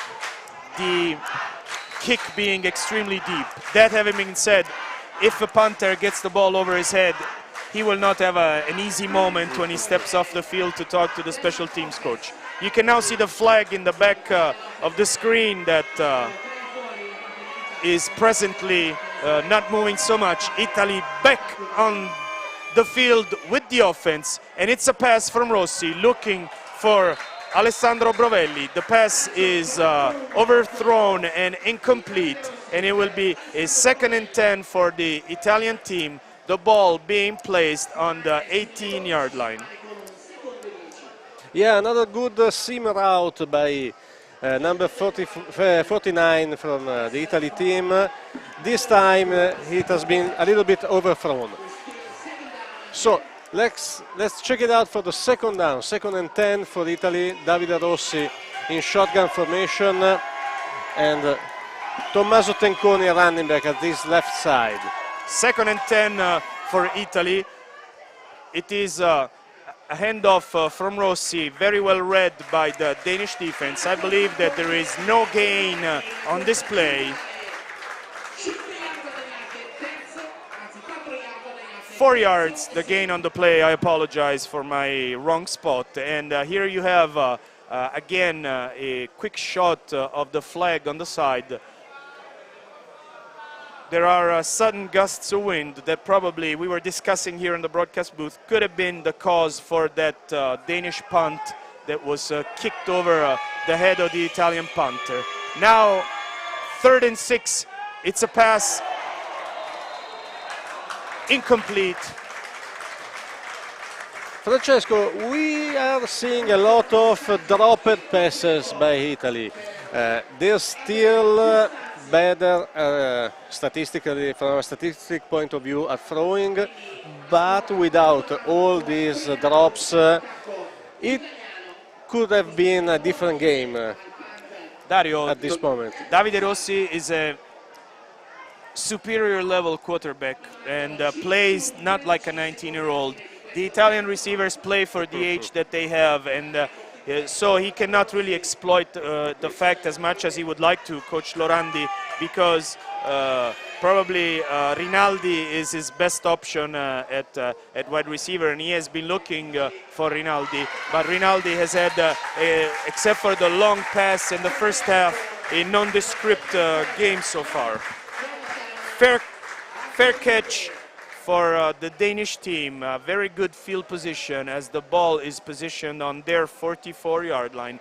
1st and 10 for the Danish offense. 5:06 the time on the clock. 10-6 for Denmark. Manfredi, an update from for Sweden and Norway. Yeah, the score is still 13-7, Sweden leading, and Sweden is actually running the football. It's first and 10, Team Sweden. Is it third or fourth quarter? The beginning of fourth quarter. It should be 2 or 3 minutes played. Thank you. Meanwhile, it was a run on the left side with a small gain for the Danish team. Second down and 6, ball positioned on the 48-yard line on their half of the field.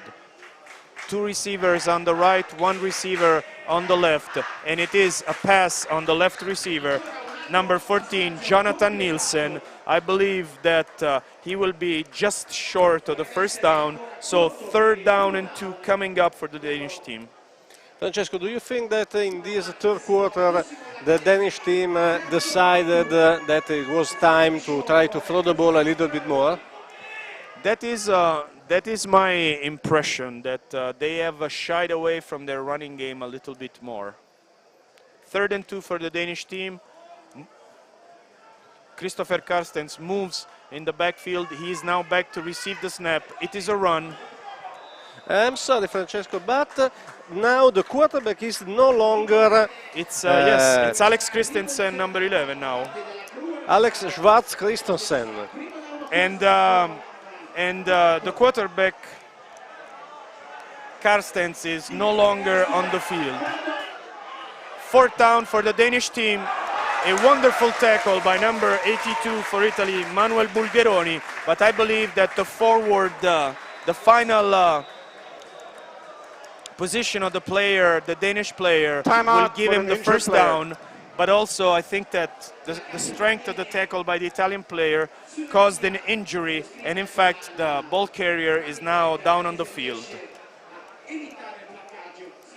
Yes, let's check it out, the replay. A bad snap, bad handled by the quarterback, and the run was by August Lilly. We were talking about how high Lilly is running, and with this running style probably he's starting to pay the price. It's an unorthodox running style, very high, and he takes a very good low tackle by the Italian team, and thanks to his really big frame and build, is able to fall forward for a first down. First down for the Danish team on the 44-yard of the Italian part of the field. 3:34 to play in the third quarter. Denmark ahead by 4. The pass from Christensen to Lucas Bach is complete, but it is very well played by the... It was David Aspersen. David Aspersen, yes, by the Italian defensive player that hurt himself on the play. Only 1 yard the gain on the play. Second and 9 for the Danish team.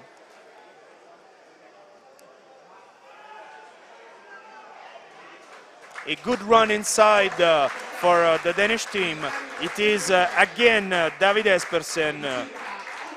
Not sufficient, I believe, for the first down, but certainly sufficient to provide his team with a very manageable third down and 3 yards to go on the 37-yard line of the Italian portion. Nice rollout on the left, this time by Alex Christensen, and I believe Jonathan Nielsen is the receiver for the first down.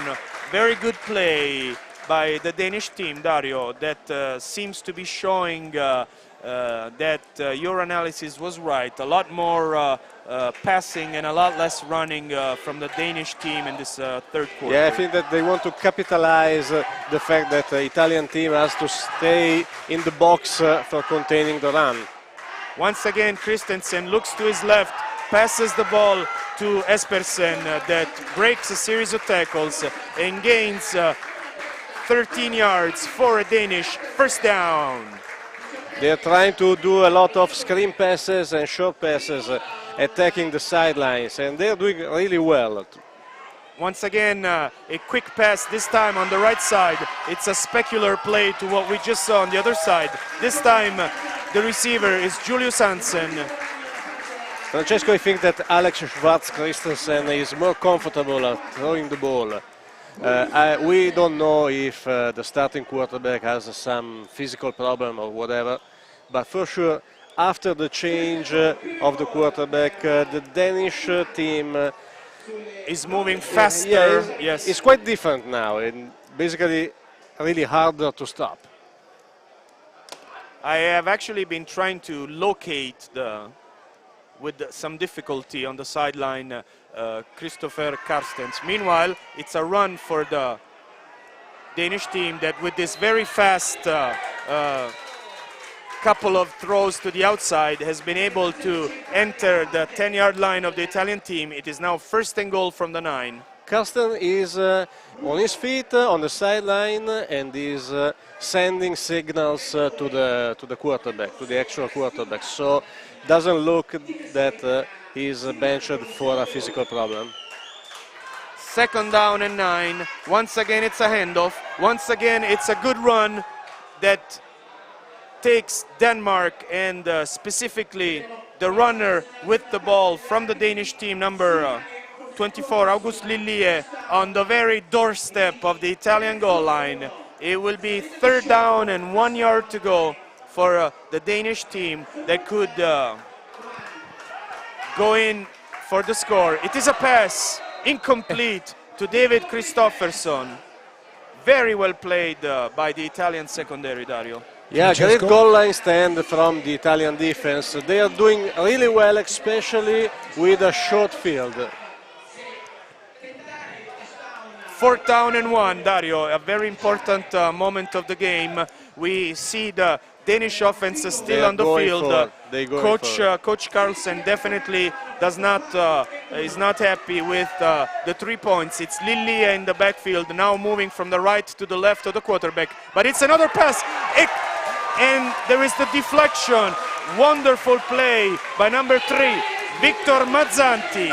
Aggressive choice by the coach. I'm not sure about it because taking a 7-point lead could be the safer choice. I would have kicked the field goal. Manfredi. We have another update here. Team Sweden now is leading 20-7. They scored 2-3 minutes ago. So there is a Scandinavian team who's approaching the end of the game, leading the 20-7. So Sweden has opened up a larger lead now, 13 points lead over Norway. Italy first and 10 from the 1 yard line. Probably Coach Carlsen decided that not converting the fourth down gave Italy the ball in a bad position. They're on their 1 yard line. So probably that's why the choice. Rossi ready in the backfield. It's a handoff and it's a very good run for the Italian team. The ball has been taken out to the 8 yard line by Tommaso Tenconi. Nice run, nice inside run by Tenconi, and now Italy is no longer in that bad situation. I believe that was the last play of the third quarter, and I believe that the referees in 1 second will stop the game for the end of the quarter.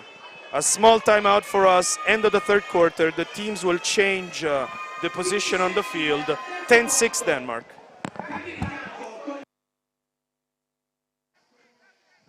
End of the third period.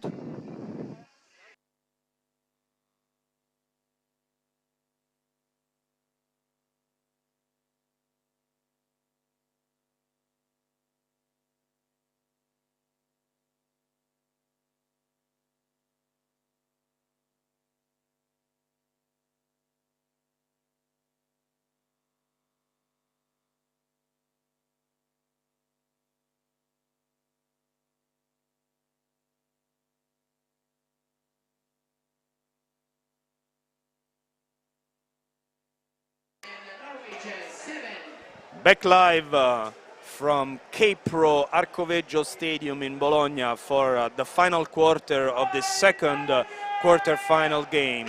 We have watched Austria beat up on Spain in the first game today, 61-7. This second game is a much closer game with Denmark ahead of 4 points on Italy. Italy that now will have a second down and 2 Ball spotted on the 7-yard line. Another nice run by Tenconi, and is a first down Italy on the 19-yard line.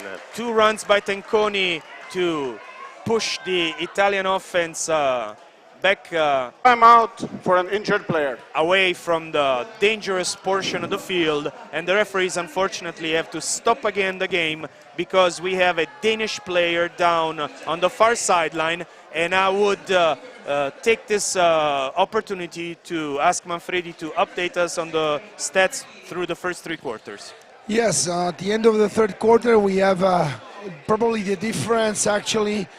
Total offense, Team Italy 39 plays, 161 yards. Team Denmark 60 plays, 267. So we have 100 yards difference between. Then we have passing. Rossi is 11 on 27, 1 interception. Bykerson 3 on 16. And Schwartz 5 on 7 with the longest of 14. Rushing the ball, Tenconi is the best for Team Italy, 4 carries, 26 yards gained, and the longest 12, while probably the best in Team Denmark is Baunehoy, 14 for 72 with the net of 65 and the longest 19. Tackles in the defense, Menghini is leading Italy, 4 solo and 3 assists, and Kit Mose is leading Team Denmark, 2 solo, 2 assists.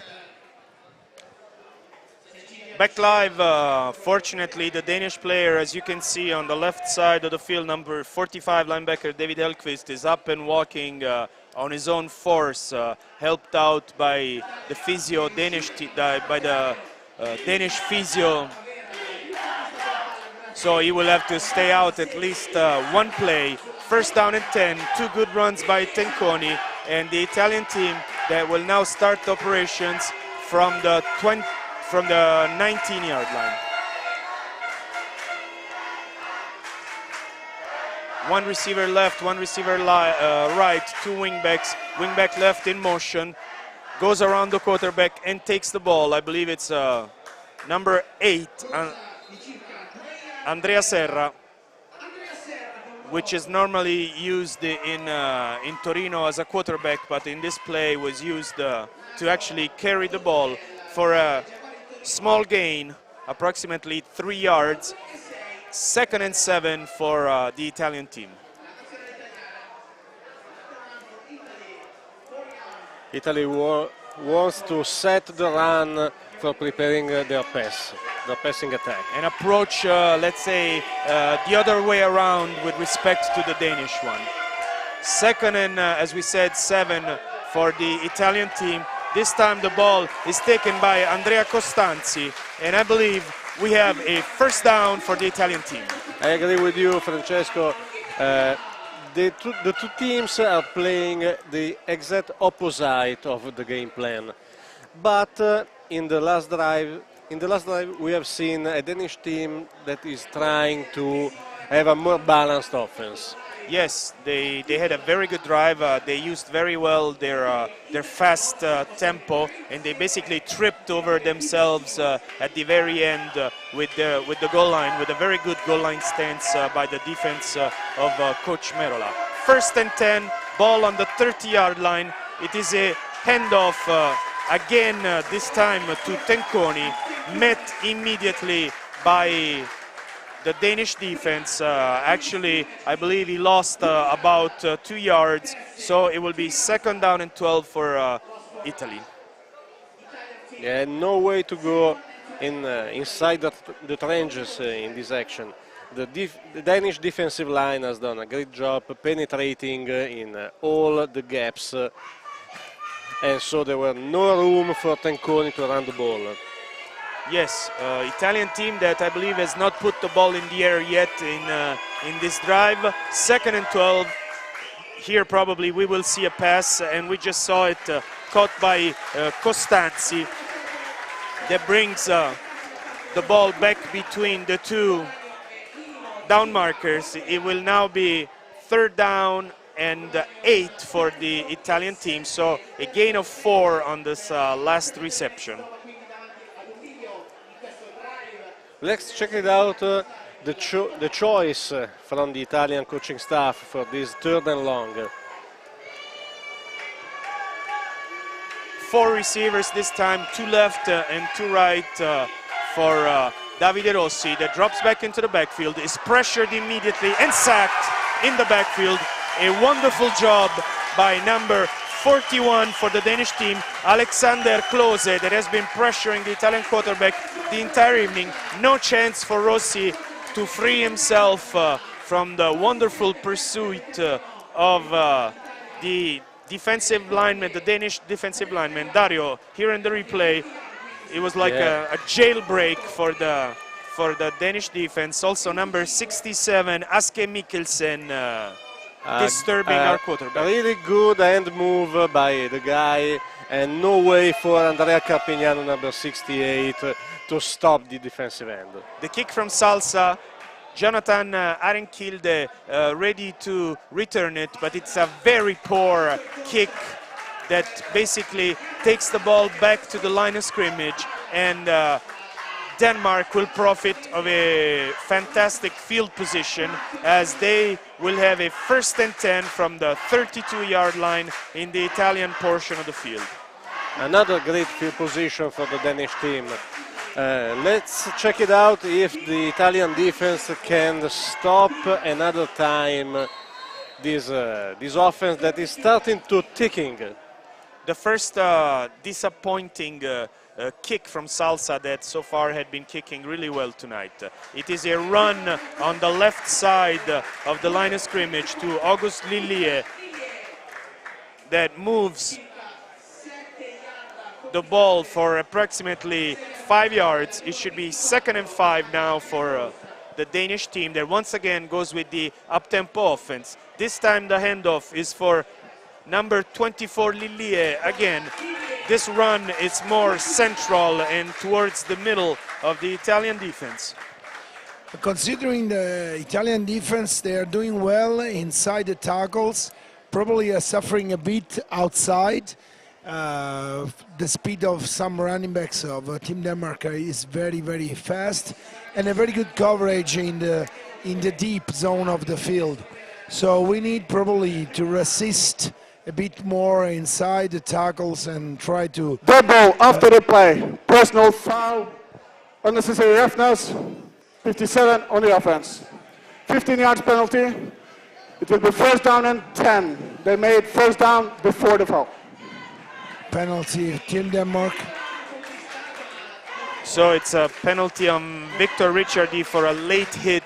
Correction, but this it was happened. number 58. Sorry, so number 58, Fabian Kristoffersson, an offensive lineman. And as the penalty happened after Denmark had gained the 1st down, Denmark will go back 15 yards, but will play a 1st down and 10 from the 35-yard line on the Italian side of the field. And still the teams are trying to complicate their lives with some penalties, some questionable penalties. Handoff to David Aspersen that breaks a first series of tackles, and it's able to gain the right sideline, chased by a number of Italian players, including Rami El Mekri, the linebacker from the Dolphins Ancona.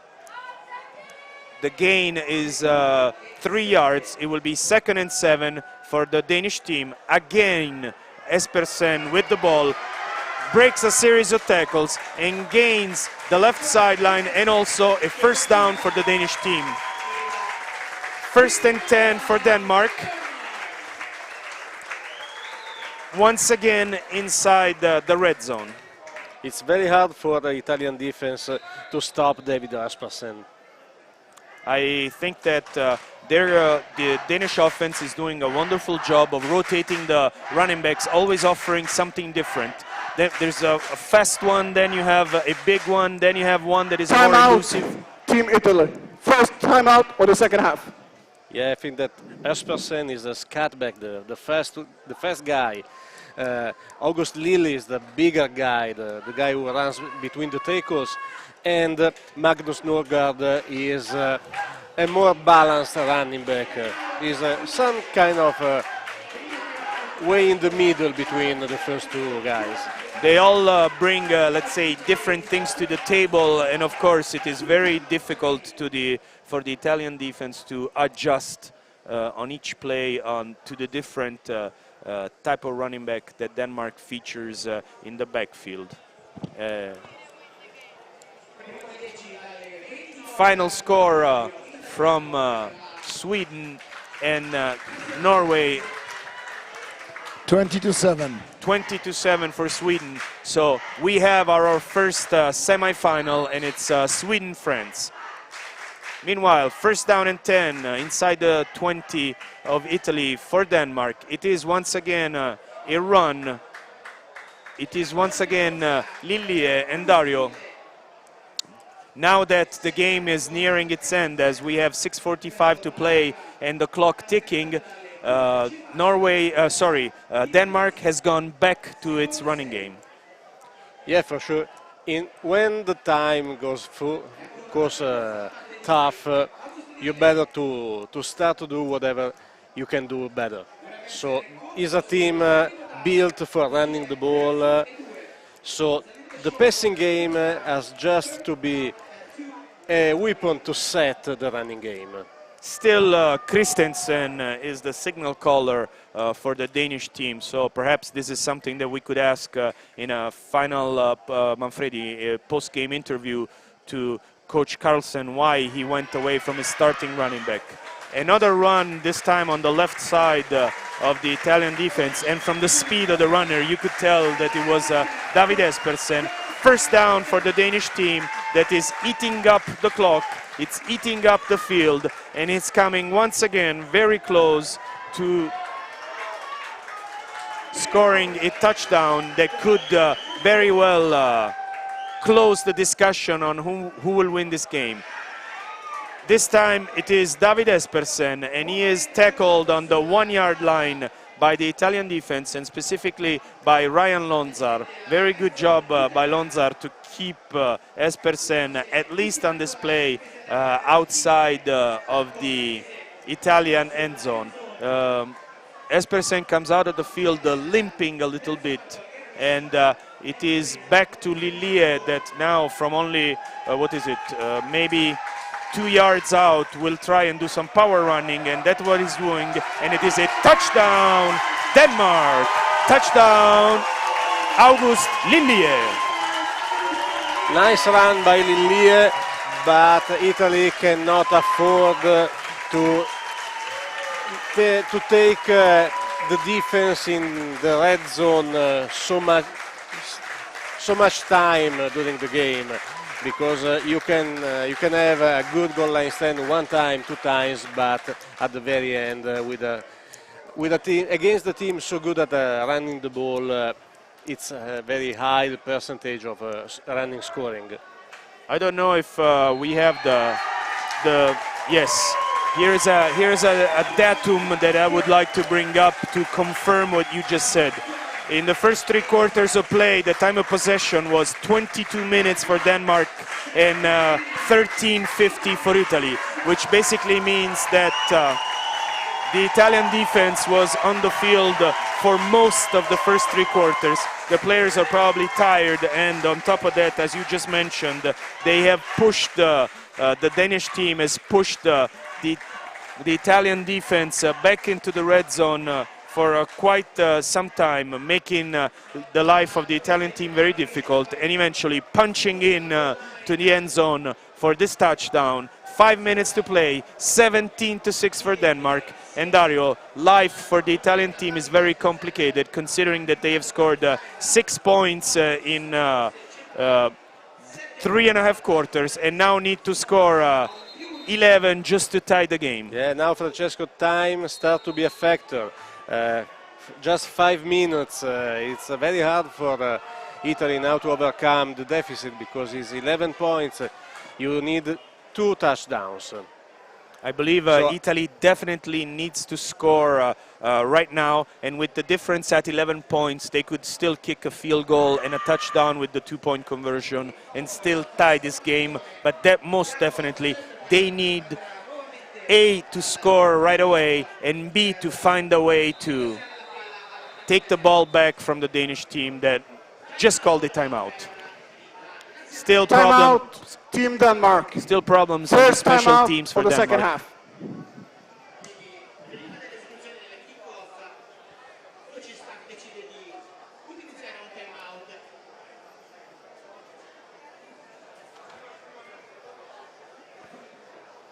Okay, Denmark needs to organize a little bit the kickoff coverage team. I don't know, Francesco, do you think that they are talking about some kind of trickery? I would not understand why you would do something tricky when you are 11 points in front, and basically if something goes wrong, you would give an Italian offense that has had difficulty moving the ball the advantage of starting at midfield. I totally agree with you, but Coach Carsten already has done something particular tonight, so I don't want to rule out at all some kind of onside kick or whatever. Meanwhile, the Danish crowd is up and cheering for their team as the Danish fans are probably smelling blood, as they would say in boxing terms. The kick is bouncing in the Italian portion of the field, and it is Alec Baraldi picking it up and returning it, but only for a very small return. It will be a first down and 10 for Italy and for Davide Rossi on the 23 yards.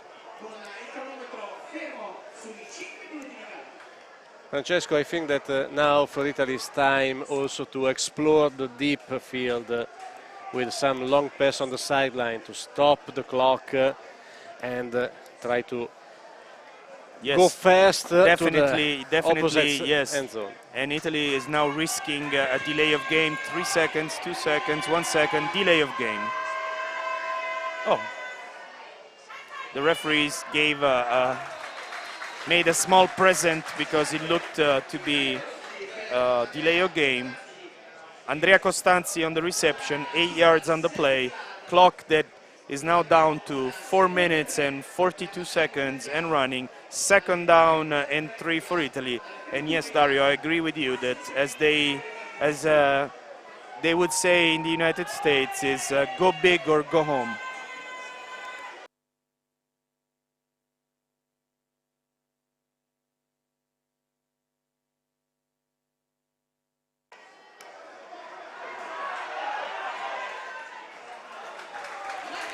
Very well played from the Italian team, the run by Tommaso Tenconi that moves the chain.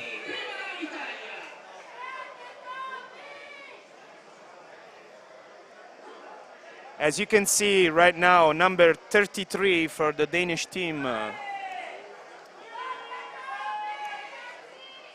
Victor Christensen, a defensive back for the Amager Demons. I believe he's missing a portion of his right arm and he's regularly out on the field playing. My absolute respect and compliments to him. Meanwhile, the pass is incomplete to number 12, Matteo Mozzanica. It will be a second down and 10 for the Italian team. Yeah, it's really awesome to see this guy Out playing at for an this injured level. player. There is no foul for roughing the passer.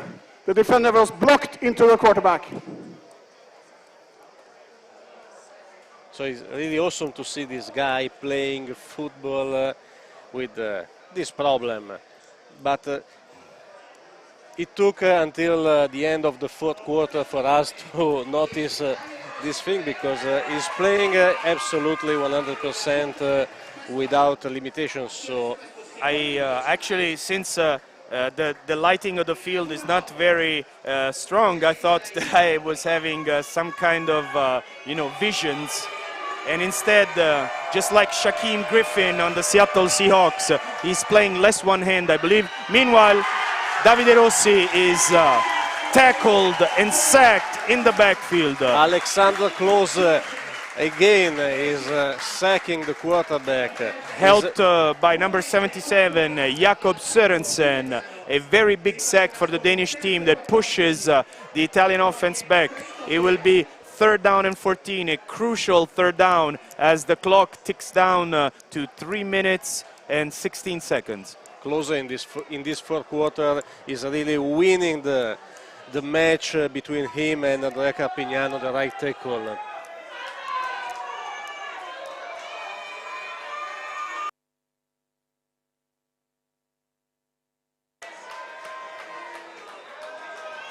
Timeout on the field. Timeout, Team Italy. Second timeout. Second timeout of the second half. 2:55 to play. And now time is really running Clock short. operator, please adjust the clock to 3 minutes, 2 seconds. 3:02. Thank you.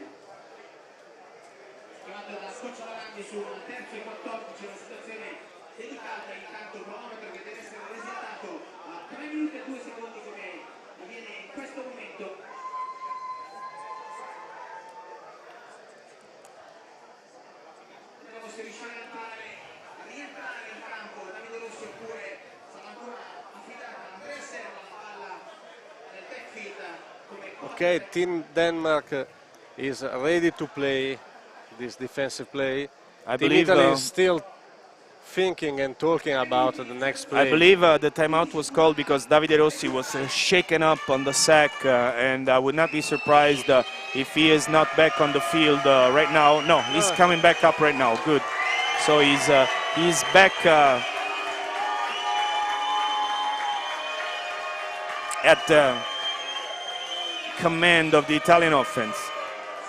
Tenconi in motion, but it is a pass completed to Andrea Serra. An hook and ladder play, okay. That, Coach Lorandi is... That hooks it, and the ladder is Jacopo Salsa. Good gain, but not sufficient for a 1st down. So this is the first important moment today. 4th down and 6. And residual hopes of the Italian side pass by this next play, Dario. Yeah, next play could be the last meaningful play of this game. Italy need a 1st down. So, 4th down and 6. Ball on the 47-yard line. Rossi, back to pass, looking for number 87, Rinaldi. A wonderful catch by Rinaldi, diving on the near sideline. 1st down, Italy. Okay, Italy is still alive. There's another set of downs, and the ball is in the Danish portion of the field as the next snap will take place from the 48 yards of the Danish side of the field. Good ball by Rossi and good extension by Rinaldi that has made a living out of catching balls on the sidelines. Once again, Rossi's back. Once again, a lot of pressure brought by the Danish front four that almost was able to grasp the Italian quarterback, that was able to let go of the ball and look deep for Alec Baraldi. The pass is incomplete, but it was more of a pass to get rid of the ball more than actually a pass to look for the receiver. Francesco, the Danish defensive line is doing a great job. With just 4 guys in pressure, they are creating havoc in the Italian backfield. They're playing a great game. 2:13 to play. Good pressure again from the Danish team. The pass is incomplete. It is Costanzi that worried because of the presence of a Danish defender near him, dropped what looked to be an easily catchable pass. So we're going now to a 3rd down and 10. Ball that has not moved from the 48-yard line of the Danish portion of the field. 3rd and 10 from Italy. They still searching for a real deep threat. Yes, even though I would still think that even a 6-7 yard pass on the sideline would be more than more than useful. Once again, strong pressure, a trick play, a pass by Serra that was lined up on the left side, looked deep for Jacopo Salsa on the Jaguari connection from Serra to Salsa that many times we've seen in the Italian First Division work very well, but the diminutive receiver of 1.65 m per 63 kilograms, Jacopo Salsa, 18 years, number 5, was not able to haul in the ball. And Dario, just like a few minutes ago, we were able to once again have a fourth down, once again a pass, and this time. And this ruled an incompletion. So we were well covered by the sideline from Denmark, but it's a Denmark first down. So now it starts to be very hard for the Italian team. Dario, my impression, correct me if I'm wrong, is that if this was a theater, the curtain would be going down on the play that we came to watch tonight. You know that I don't like to give up to the runner-up, but now it's really hard because Italy has just one timeout left, just 1 minute and 58 to play, and the ball is in the end of a very good running team, so it's really hard. They have to search for a fumble. Obviously the ball will be run by the Danish team, and it will be run at the middle of the field because they will have been certainly well instructed by the Danish staff not to come even close to the sidelines in order not to stop the clock. And we are looking at Italy versus Spain at 5 o'clock on Thursday, also here on FIDAF TV, and Denmark that will square off against Austria in the meaningful semi-final at 9 p.m. A very well played game by Italy, I believe, up until the point, Dario, when Denmark was able to to break this game open with the touchdown that brought them up by 11. As we correctly mentioned earlier. Timeout, Team Italy. It's third and final timeout of the half. It was going to be, and it is, a low-scoring game, and basically. Clock operator, please adjust to 109. 109, please.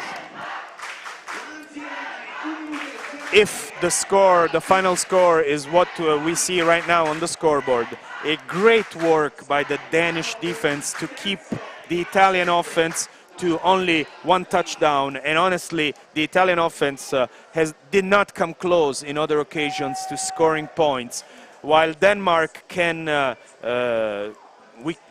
actually think back on the fact that they decided to go for it on a 4th and 1 and came back with 0 points and basically kept Italy in the game with that decision. But in reality, when the team, since the beginning of the third quarter, we have not seen a drive from the Italian offense worthy of this name, and I have to say that Denmark was able to control the Italian offense in this second portion of the game. I totally agree with you, Francesco. I have seen tonight two good defenses, but the red one, the Danish one, has done a little bit more in stopping the opposite offense. On the other side, I've seen an offense, a Danish offense that struggled a little bit in the first half, but in the second half, with the new quarterback, they have started to throw a little bit the ball and then to become more balanced and more difficult to stop. On the other side, Italy is trying to do the same thing for all the night without being so helped by the running game, and they have paid the price. Meanwhile, Denmark gladly accepts this delay of game that takes the game clock to 20 seconds as it is a fourth down. So we have Lasse Nielsen ready to kick the ball. Clock operator, 23 seconds, please. To Simone Boni from Clock will start on a snap. From Rhinos Milano, ready to return this kick. Simone Boni positioned on the 10-yard line, and Lasse Nielsen positioned on his 30. So Italy expecting a very strong kick. 10 men on the line for Italy that is clearly trying to block this kick. Good kick by Nielsen. Simone Boni picks it up on the 15, gains the left sideline, picks up speed. It's still standing. He is at midfield, and he's finally pushed out of bounds with 8 seconds still to play on the clock. I believe that he was actually able to cross into Danish territory. We will have a 1st and 10 for what is probably the last. Simone Boni refused to give up on this game. The guy is really fast, but it's really too little, too late, as they say. Yeah, too little, too late. Just 8 seconds for 2 scores.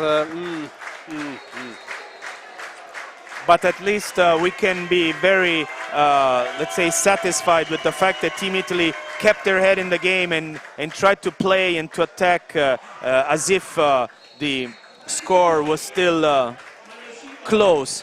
Good play here, another hook and ladder. This time Salsa is able to pick up the first down. The chain is moving, 3 seconds. Last time...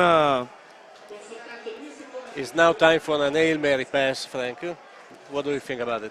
Oh, if this was Madden, of course it would be a Hail Mary. But yes, empty backfield, 3 receivers right, 2 receivers left for Rossi. That goes back and shows us the power of his arm, trying to connect with Adalberto Rinaldi. He is stopped by Oscar Gabriel, number 7, and the game is over. The picture of our next games is complete with, once again, Denmark against Austria and France that will play against Sweden at 9 o'clock on Thursday night.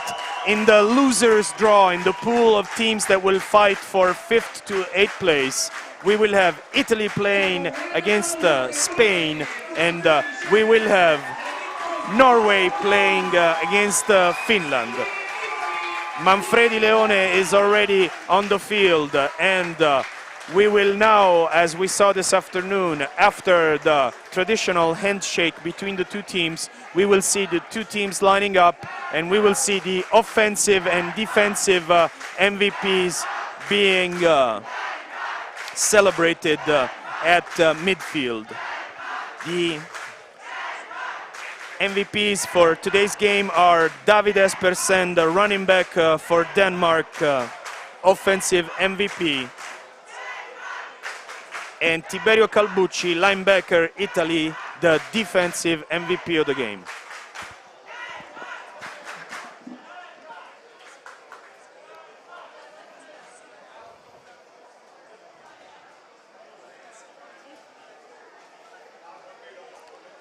We are waiting for the very punctual and precise work of the Italian National Stats Service led by Massimo Foglio to provide us with the final stats of this game, as he has, Dario, provided us stats at the end of each quarter, and I would like to really thank him for the great work that has given us the opportunity to provide you friends at home with fresh updated stats. I would also like to thank for this first day of work Leo Lombardi and Lorenzo Ancarani from FIDAF TV for their work directing our crew here.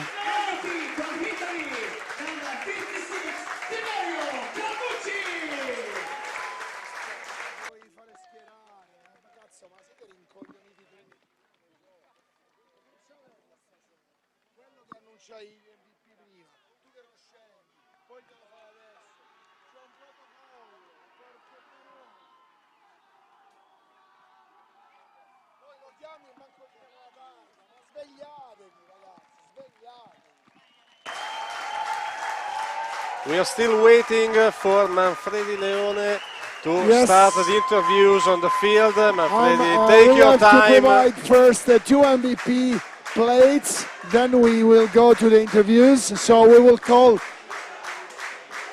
the defensive most valuable player, but the guys are lining up as for procedure. So it will take 1 or 2 minutes more. Yes, Manfredi, please, both you and Gianluca keep the microphones next to the person that you are interviewing so that people from home and also people here at the stadium can hear your interviews. Now we celebrate the 2 MVPs. One on defense, one on offense. Quindi adesso nomineremo i 2 MVP, uno per l'attacco e uno per la difesa. Appena le 2 squadre si schiereranno sulle 45 yard al centro del campo.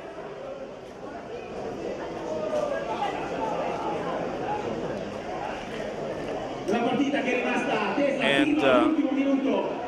We can start giving you an update with the stats. First downs, Italy 13, Denmark 17, rushing 19 for 61, Italy 48 for 245, Denmark. Passing 155 yards, Italy 74 yards, Denmark.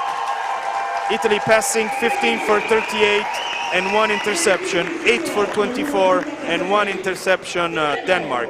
216 total yards, Italy 319 total yards, Denmark. Rushing stats, Italy, Tenconi 7 for 47, Denmark, Espersen 16 for 105, and Lilie 22 for 97.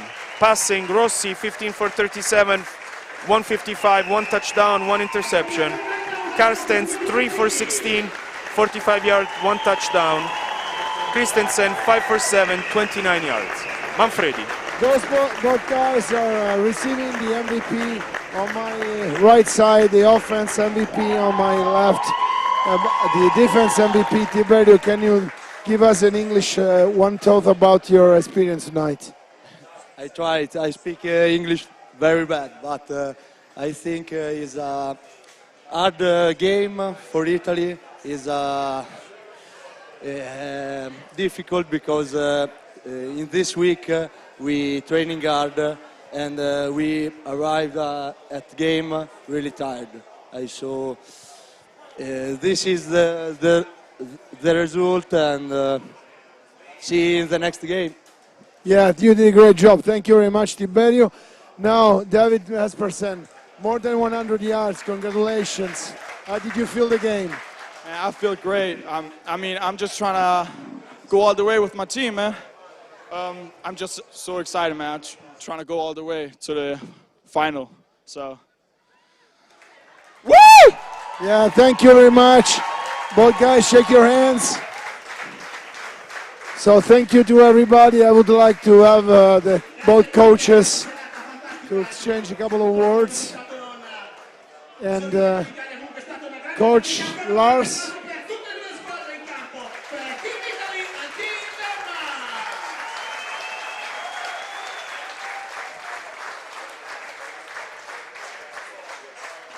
Where you are, Coach. So congratulations for this outcome.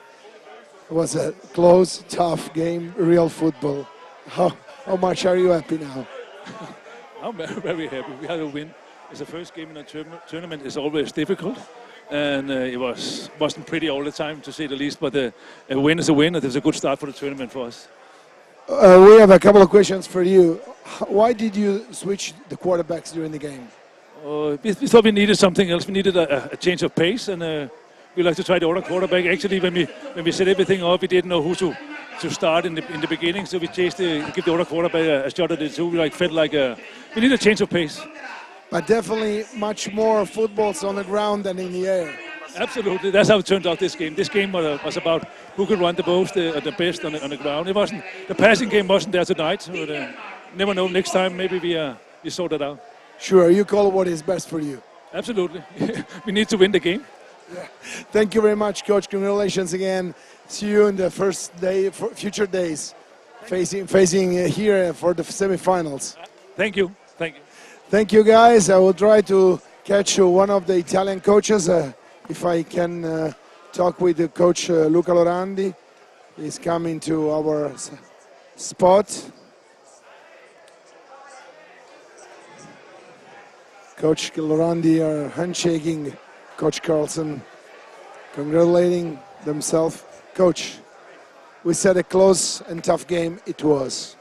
No, well, it was an expected game. I think we had a huge mismatch from the sides of the player. That was clear from the first down. So we've been looking for speed. We got speed, and we started dropping some balls that was not really expected. So we have to work a bit on the technical, personal technique that will improve the game and will improve also our confidence in passing the ball. We had a decent passing game, and I think also the running game at the end was working fine. Unfortunately, when we play at this level, that details are making a difference. So we need more time. We need to work more together. Quarterback, receivers, handling the ball. That is the secret. And I saw a very good player tonight, Davide Rossi. He was leading the offense. I think he did a great game, considering some pressure he had, especially on the tackle sides. So I think he's actually a very good quarterback.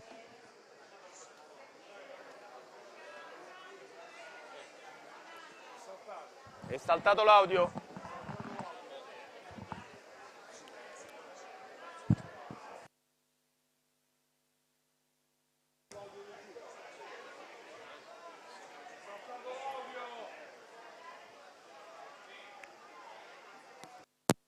Okay, we're facing a little bit of problems technical with skills.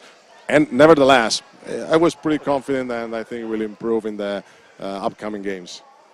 Okay, so Sweden beat Norway, and Finland lost the game with France. So there is a mix now. Italy, Finland, Norway, and Spain will be in the lowest part of the schedule.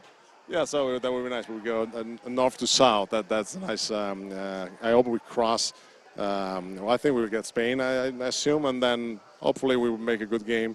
And let's see to find a place in the ranking that is our level. I think we play the same level of Denmark, and so I think we really can improve very quickly to a higher level. That is just skill. I mean, we on the field, the game was equivalent. Of course, at the end, the fact that these guys are, just to give you an idea, 85% of the guys of the team are coming back from the Nordic Championship, so they are very well combined together. Our team is just very young, few weeks working together. That was the big difference. But I think they did a great job tonight. Well, thank you very much. I think we can do much better. Okay, thank you, Coach. I leave you to the team. Thank you very much. So, guys, this is Coach Lorandi speaking from the field. I think we had a clear picture of this game. Sorry for some technical problems we had with the microphone. But I will say we will see next Thursday, 1st of August, for the semi-finals schedules here in Arcoveggio and in Luletta Gamberini. From Manfredione for tonight is all, and see you soon on FIDAF TV channel. Thank you, Manfredi. Dario, your final comments. A nice game, Francesco. Well played by both teams. As we said, Denmark has a little bit more. Is more of a team. Is more balanced on offense. Two great defenses. At the very end, I think that the balancing of the offensive play has done the difference in the score. So now we're ready to start to think about the semi-final between Denmark and Austria that will broadcast from here August the 1st, as Manfredi said. It will be an interesting game because I really liked what I've seen by the Danish team, and I really want to see that test that we were talking about at the very end of the previous game. So we want to watch Austrian team tested by a better team than the team that Spain is in this moment, and I think that the Danish team will be a good testing for them. Thank you, Dario. I agree. Once again, a reminder of what our upcoming schedule will be. Here at K-Pro Arcoveggio Stadium, we will have Italy against Spain at 5 o'clock on Thursday, and we will have Austria playing against Denmark at 9 o'clock. In Lunetta Gamberini Bernardi Sports Center, we will have Finland playing Norway at 5 p.m. and France playing against Sweden at 9. I agree with you. The two games that we will see here this upcoming Thursday will tell us more about how strong Austria is, and we will also see if Spain, the difference in score today was a result of the fact that it was their first game together, and perhaps they can come up with a better performance against Italy that will definitely try to win the next game. For Dario Grippa, for Manfredi Leone, and for Francesco Porcello, this concludes our broadcast. Thank you for your time with us today. Thank you for your time this afternoon, and thank you for your time this evening. My invitation is to all of you to join us again Thursday afternoon for the next game, which will be Italy against Spain. Thank you again, and good night from K-Pro Arcoveggio Stadium.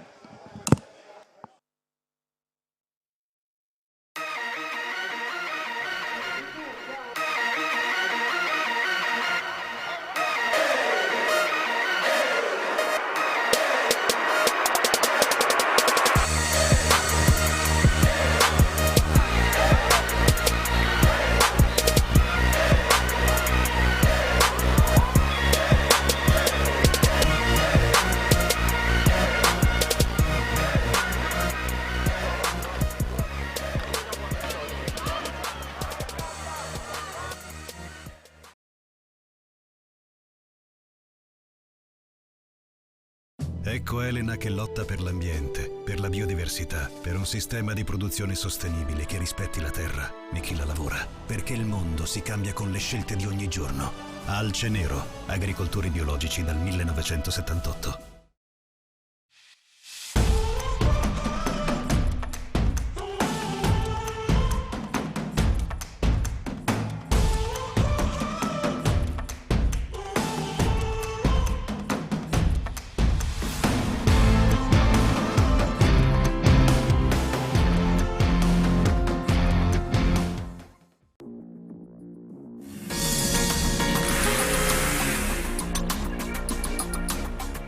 Qualunque oggetto, anche il più comune, può diventare un serio pericolo se usato nella maniera sbagliata.